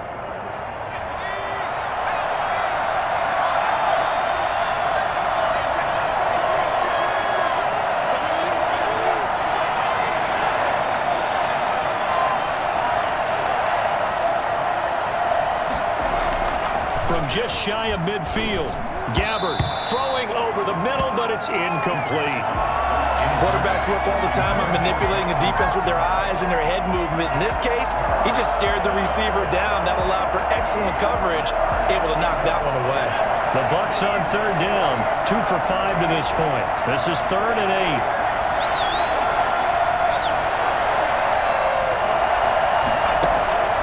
8. Gabbard to throw it. And that is incomplete. Critical play in this football game because if they pick up the first there, that clock keeps rolling. Has to be a little frustrating for them because they know that they pick up a first down there and continue to eat away at the clock, really increases their chances of closing this one out. Now they're likely going to have to give the football up and sweat it out on the sideline.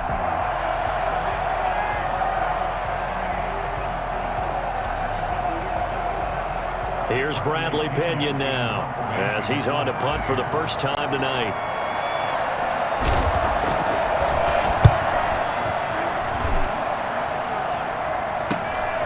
And it's taken in at the 9. So a good punt there, but a nice return of 11 yards. And the Steelers will go on offense here, 1st and 10. The Steelers ready for their next possession. And last time able to get 3. It's not what they wanted. They wanted 6, but they got at least something. They mustered something out of the drive. They'll take it. I like the way you've described it. Not ideal, but they'll take it. Anything to put some points on the board. But this time on offense, they don't even want to see the field goal kicker trot on the field. They want that ball in the end zone. Yeah, they'll be going for 6. Play action. It's Rudolph. And he's got his favorite target yet again. It's complete. And they're able to get this one across the 35. An excellent way to start the drive there, 18 yards. Tell you what, he's been able to put the ball in some tight spots all game long. That throw, no different. Yeah, a lot of people would call it a gutsy type of a throw. I think he looks at it as, I can do it, so it's not that big of a deal to me, and I'm going to keep firing.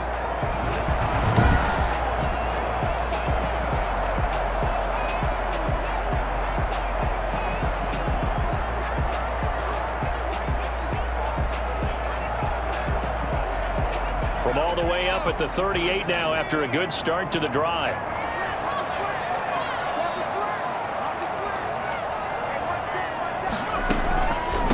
Here's Smallwood.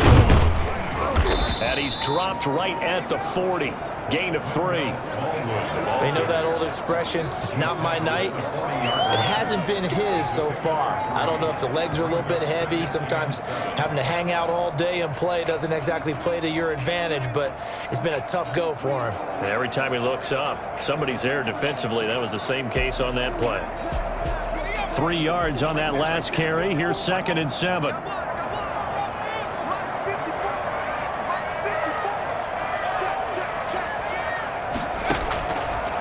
Now Rudolph. And that'll be incomplete. Took a pretty good shot as he tried to pull that one in. Couldn't hang on, third down. This defense was definitely alert to the possibility of the deep ball, and they were more than ready for it. They've got the lead, fourth quarter. Maybe can expect more passes like that downfield. And the Steelers on third down. They're hitting at just 30%, 3 for 10. This is 3rd and 7. Here's Rudolph. He's going to fire one deep over the middle. And it's knocked away and incomplete. I like what they did there because many of the deep throws we see in the course of a game come to the outside, the perimeter of the field. In this case, they used the slot receiver to run deep downfield and tried to connect that way. Unsuccessful in that attempt, but I like what they were doing. Here's Jordan Berry now as he's on to punt for the 4th time tonight.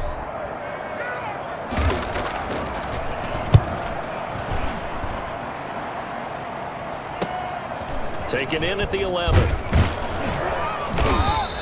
A 46-yard boot, but just 36 following a pretty decent return of 10 yards. And the offense will take over with a new set of downs. And Tampa Bay trots out there now. Now, the previous drive they punted, but that was just the first time they've had to do so in this game. And when they turn on the game film, the coaches will rant about this, right? They'll say, oh, God, we got to move the ball, guys. We can't punt the ball away. But they have to keep smiles off their faces because that's the first time in the game they've had to do so. They've moved it quite well. They'll overall be happy with what they've seen. They'll start on the ground with McCoy. And he stopped immediately there. No gain on the play. It'll be 2nd down. His carries tonight, they're getting up there, so maybe one of those every now and then is understandable. I would agree with that. Understandable every now and then. Sometimes you come back and you fake it to him and go play action. But other times you say, okay, they got him on that one. We'll come back to him in another carry.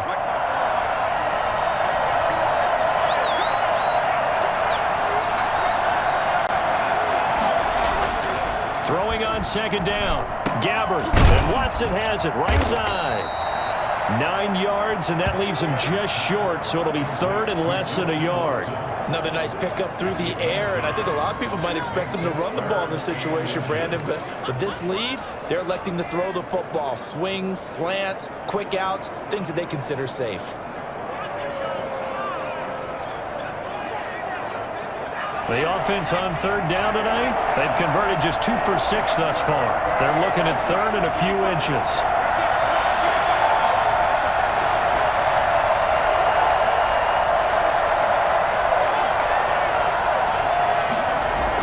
Now a 20th carry here for McCoy. And he's going to have the first down yardage to the 35. They get 5 out of that one, and it moves the chains. Well, that's a carry they have to be satisfied with, and throughout this game, they've been satisfied with what he's given them. Whenever they've needed a big run, a first down, he's the guy they've turned to, and it doesn't matter what the defense thinks. They feel like they've got the confidence to keep handing it to him and keep picking up good yardage.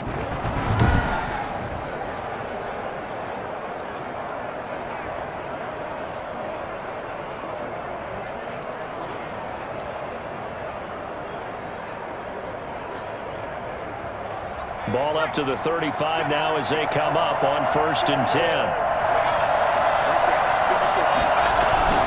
Now McCoy.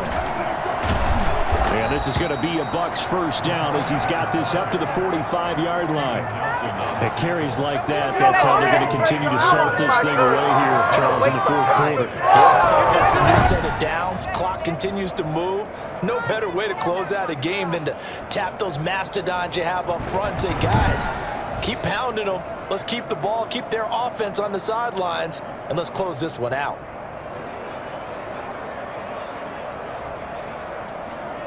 So after 2 first downs, they get another here. 1st and 10 at the 45. They'll run it with McCoy.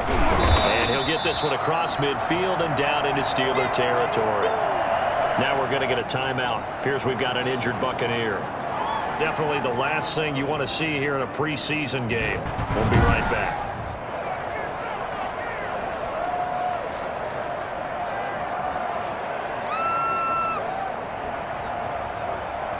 The last run got 6, now 2nd and 4.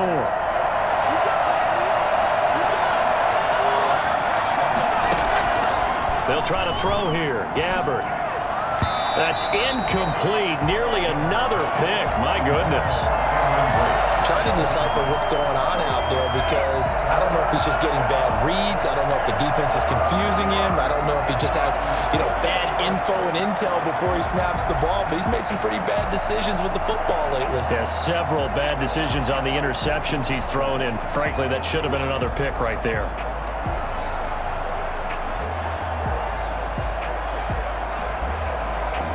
The Bucs on third down. 3 for 7 so far in this game. This is 3rd and 4. Now Gabbert. And Brate, the tight end's got it. And they're going to have themselves another first down as the tackle's made at the Steelers' 38-yard line. Give them 11 yards that time and a new set of downs. Couldn't just sit on it here, could they? Had to throw the ball on third down. Got the big completion in the pickup. Fresh set of downs now. They've got to feel great. And defensively, a backbreaker.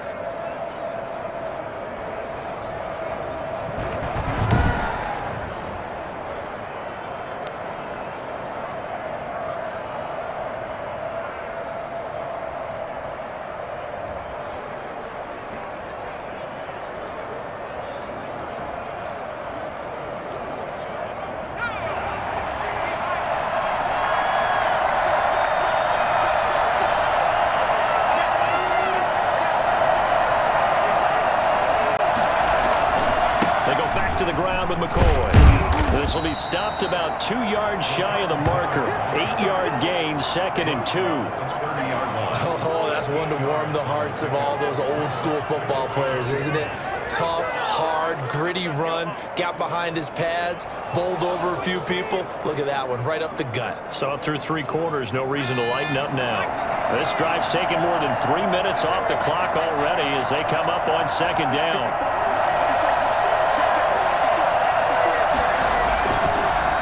Now, Gabbert. He's going to launch this deep for Watson. And he can't hang on. That's definitely going to be one he wishes he had back. Incomplete in the end zone. Those throwing windows get a lot tighter near the end zone, don't they? And here's the thing. You already probably have 3 points in your hip pocket. You force a throw here and give up an interception, you come away with nothing. Especially tough in the middle third of the field where he threw that one. And he is going to have the Bucs first down by about a yard as they're able to convert on 3rd and 2. Give them 3 yards there on the first down pickup. I know the game's not over, but there's got to be a sense of satisfaction right now for the guy carrying the football a bunch today. 99 yards, and he has enough time to go over the century mark. Well, you got to give it to him again, right? Yeah, there's no doubt about it. You're not worried about losing yardage here. You're not worried about any of that. You just want to get him to the promised land for every runner. 100 yards or more in a game.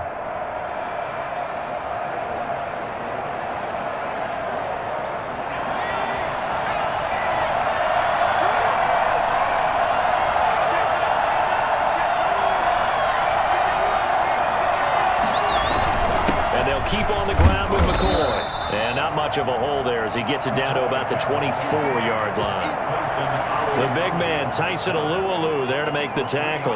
He's had success on this drive, but not on this play. Finally, they bowed up defensively. I think they were determined not to let him take it pretty much all the way down the field. Yeah, it looks like they handled their run responsibilities correctly this time. What we call them run fits, everyone was in the right place. The last run got 3. Now here's 2nd and 7.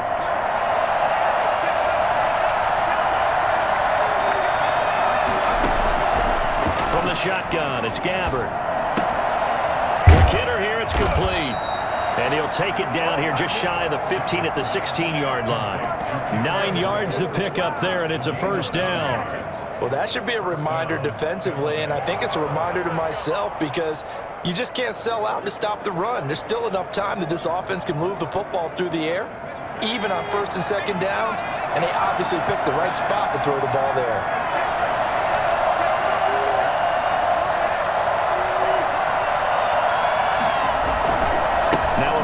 Carry here for McCoy. And maybe a measure of revenge there. He's had his way in this one, but this time they get him behind the line. 2 yards the loss, 2nd and 12. Well, that was one of the few times they've been able to contain him thus far. He's over 100 yards for the game, but he lost a bit off his total on that carry.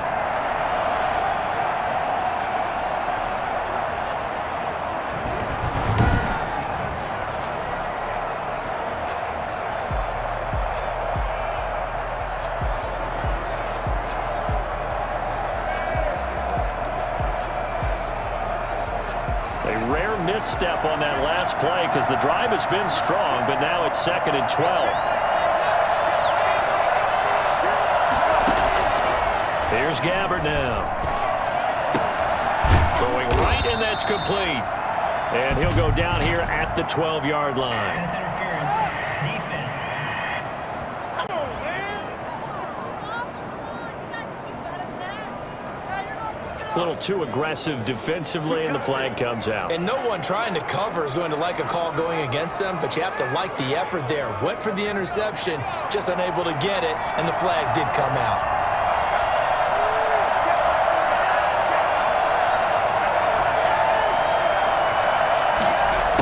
Jet sweep. This is Johnson. And he's into the end zone. Touchdown, Buccaneers. Let's go, boys. Let's go. Tyler Johnson ready for the regular season with his 2nd touchdown of the game. And the Buccaneers here finding a way to stretch their lead. So that, Charles, his 2nd touchdown of the ball game. He had the more standard receiving touchdown earlier. This time he finds the end zone in the run game. Yeah, it's almost as if he said, well, that's how I normally do it. That's almost boring. Give me another opportunity. This time I'll use my legs only and get into the end zone.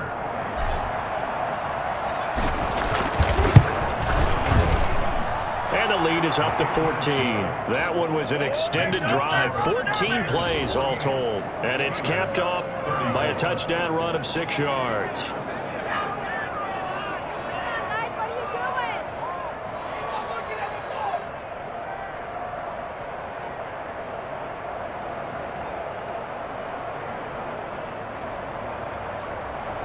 Bradley Pinion to kick off for Tampa Bay. And following the touchdown now, it's Bradley Pinion on to kick this one away.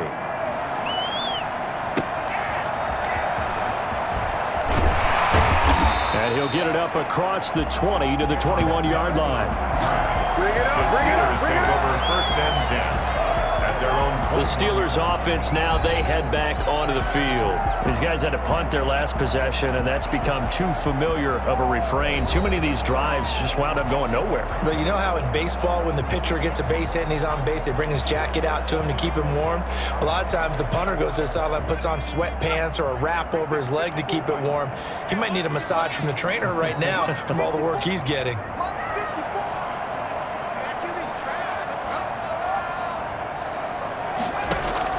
Here comes a 1st down throw from Rudolph. He's going to rifle one deep left side. And he knocks the ball away, and it falls incomplete. The scoreboard tells a story for him, a little bit bleak. And while it's not quite desperation time yet, it's definitely getting close. But the defense reads the scoreboard as well. They're going to back up and make them really earn it.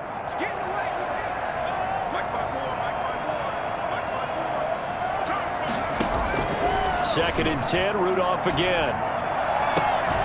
Throw left side, taken in by Claypool. And he'll get this one way up just shy of the 45-yard line. That one covers 24 yards. It's a 1st down.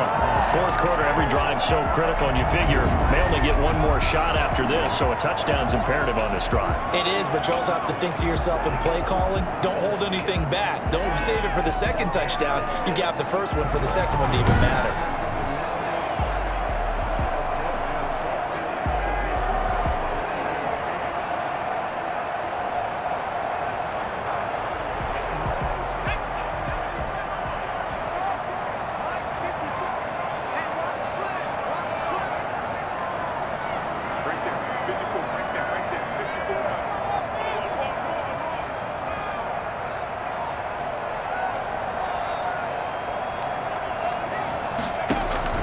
On 1st and 10, Rudolph.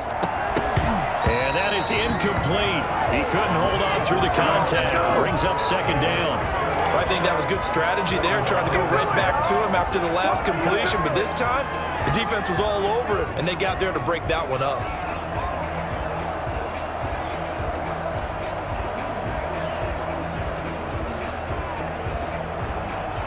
After the incomplete pass, here now is 2nd and 10.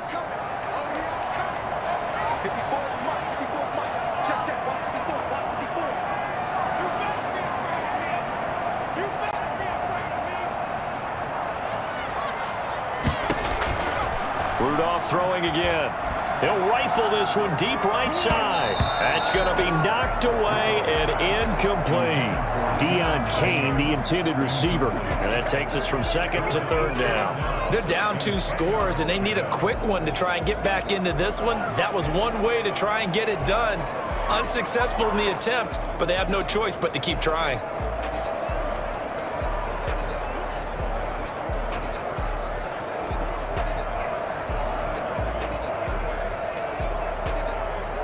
The Steelers on third down. They've had a lot of chances, but not much success, converting only 3 times. This is 3rd and 10.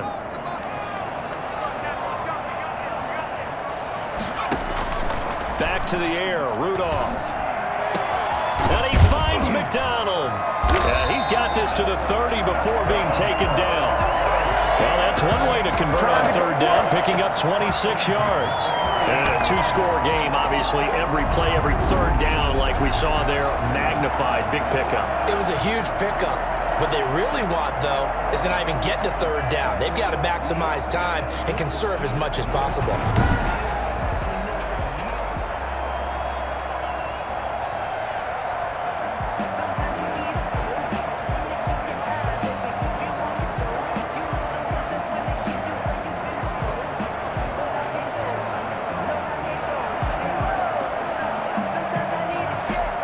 So from Buccaneer territory now, it's 1st and 10 at the 30-yard line.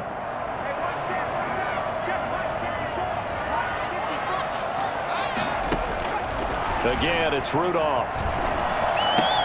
That one into the hands of Kane. And down he goes, taking it inside the 10, just shy of the 5 at the 6. 2 chunk plays in a row. The last one was over 20 yards, and so is this one. Defensively here, you've got the cushion, but back-to-back pretty big pass plays there. Bend but don't break, but are they bending too much? I think that they are. To me, it'd be like playing basketball, and you put up a token press. Make sure you get up there and make them eat up some time. Make it a little bit of resistance so they can't just run it right down your throat.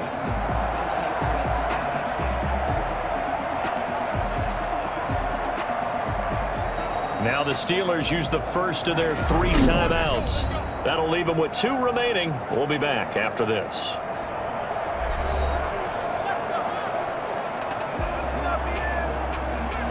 First and goal, and they got to be thinking a chance to get right back into this football game. They'll run with Samuels. And he goes backwards on this one, losing yardage to the 7. That's going to go as a loss of a yard, and it'll be 2nd down. I would think down 2 scores at this point in the 4th quarter, even with the loss there on 1st down, this has got to be 4-down territory. If you're the field goal kicker, your only purpose now is if you can run out for a pass or actually carry the ball into the end zone. Otherwise, don't even look at the coach. Now from the 7, here's 2nd and goal.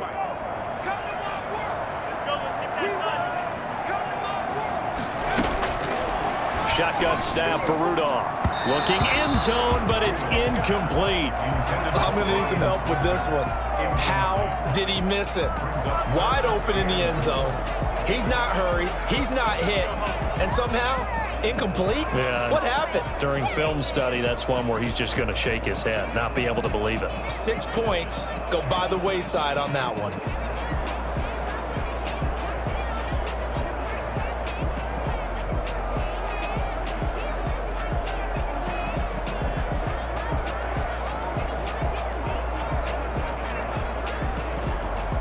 A lot of tired bodies on that field, but this is a big play, 3rd and goal.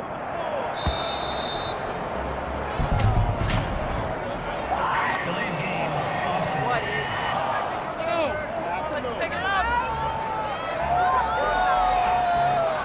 He didn't even try to signal for a timeout, so they must have not been aware of the numbers. I think he lost track of the time left in the play clock and probably was trying to read the defense and trying to figure out which play to run and just lost track, and it cost him.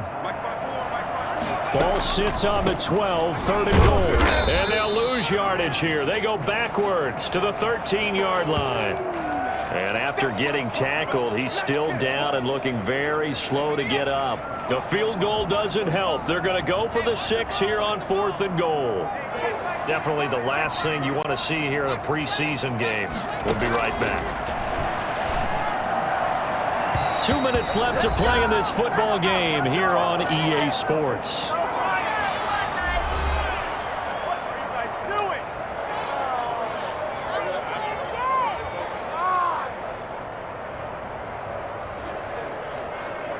So it's Buccaneer football as we welcome you back. And the scoreboard on their side, they're just looking to melt away these final couple of minutes.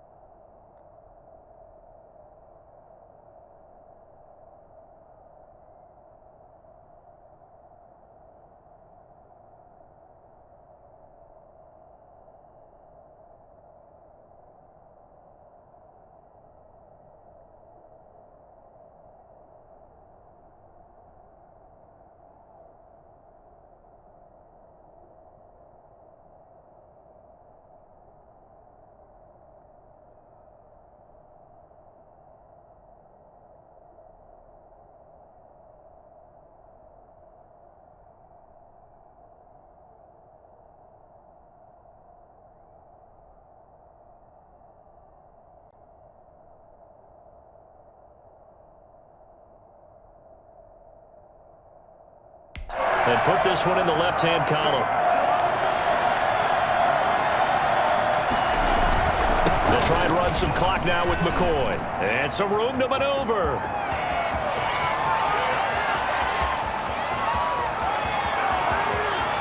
And he's into the end zone for a Tampa Bay touchdown. LaShawn McCoy, 87 yards as the Buccaneers tack on to their lead. He's been having a great game, and that one right there, his best run so far, and it ends with 6 points. And not only that, in his mind, what is he thinking? Can I get to 200 yards as well? Because he knows he's closing in on it. He may not know the exact number, but the best runners have a feel of what the yardage is that they're compiling, and he knows that he's getting close to that 200-yard mark now.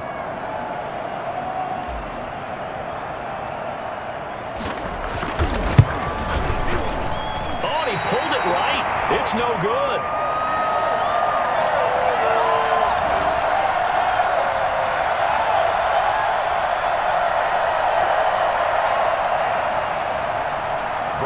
Pinion to kick off for Tampa Bay.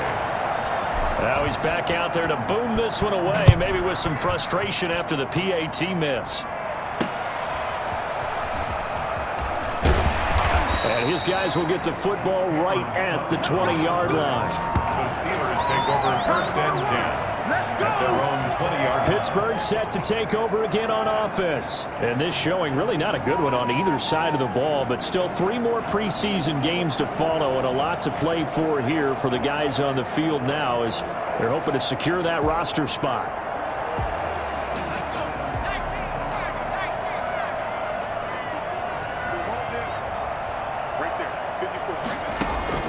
Now Rudolph on first down.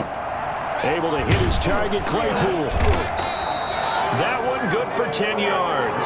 And that'll make it second and a foot or so. And with that last play, he's now up over that 300-yard mark.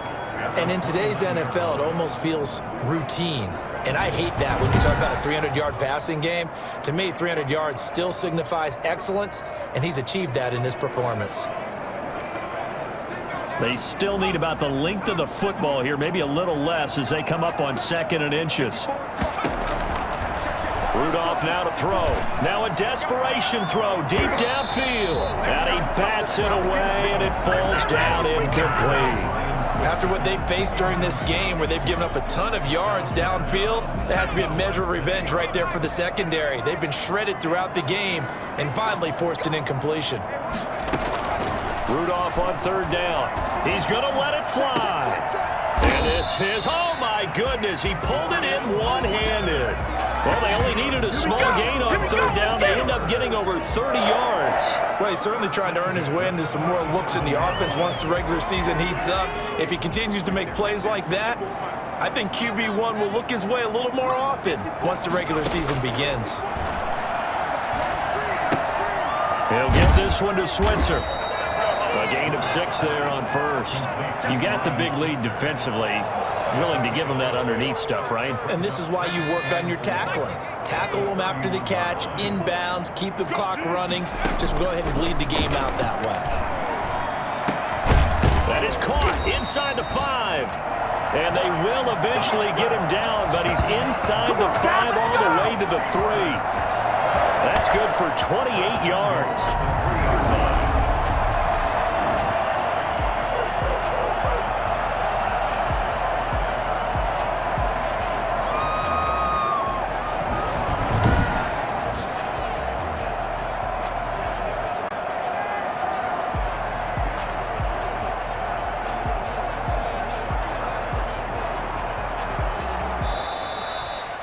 A big offensive explosion helped leading them to victory. And the defensive guys, they're just saying, hey, put those points up every week. We'll just keep winning.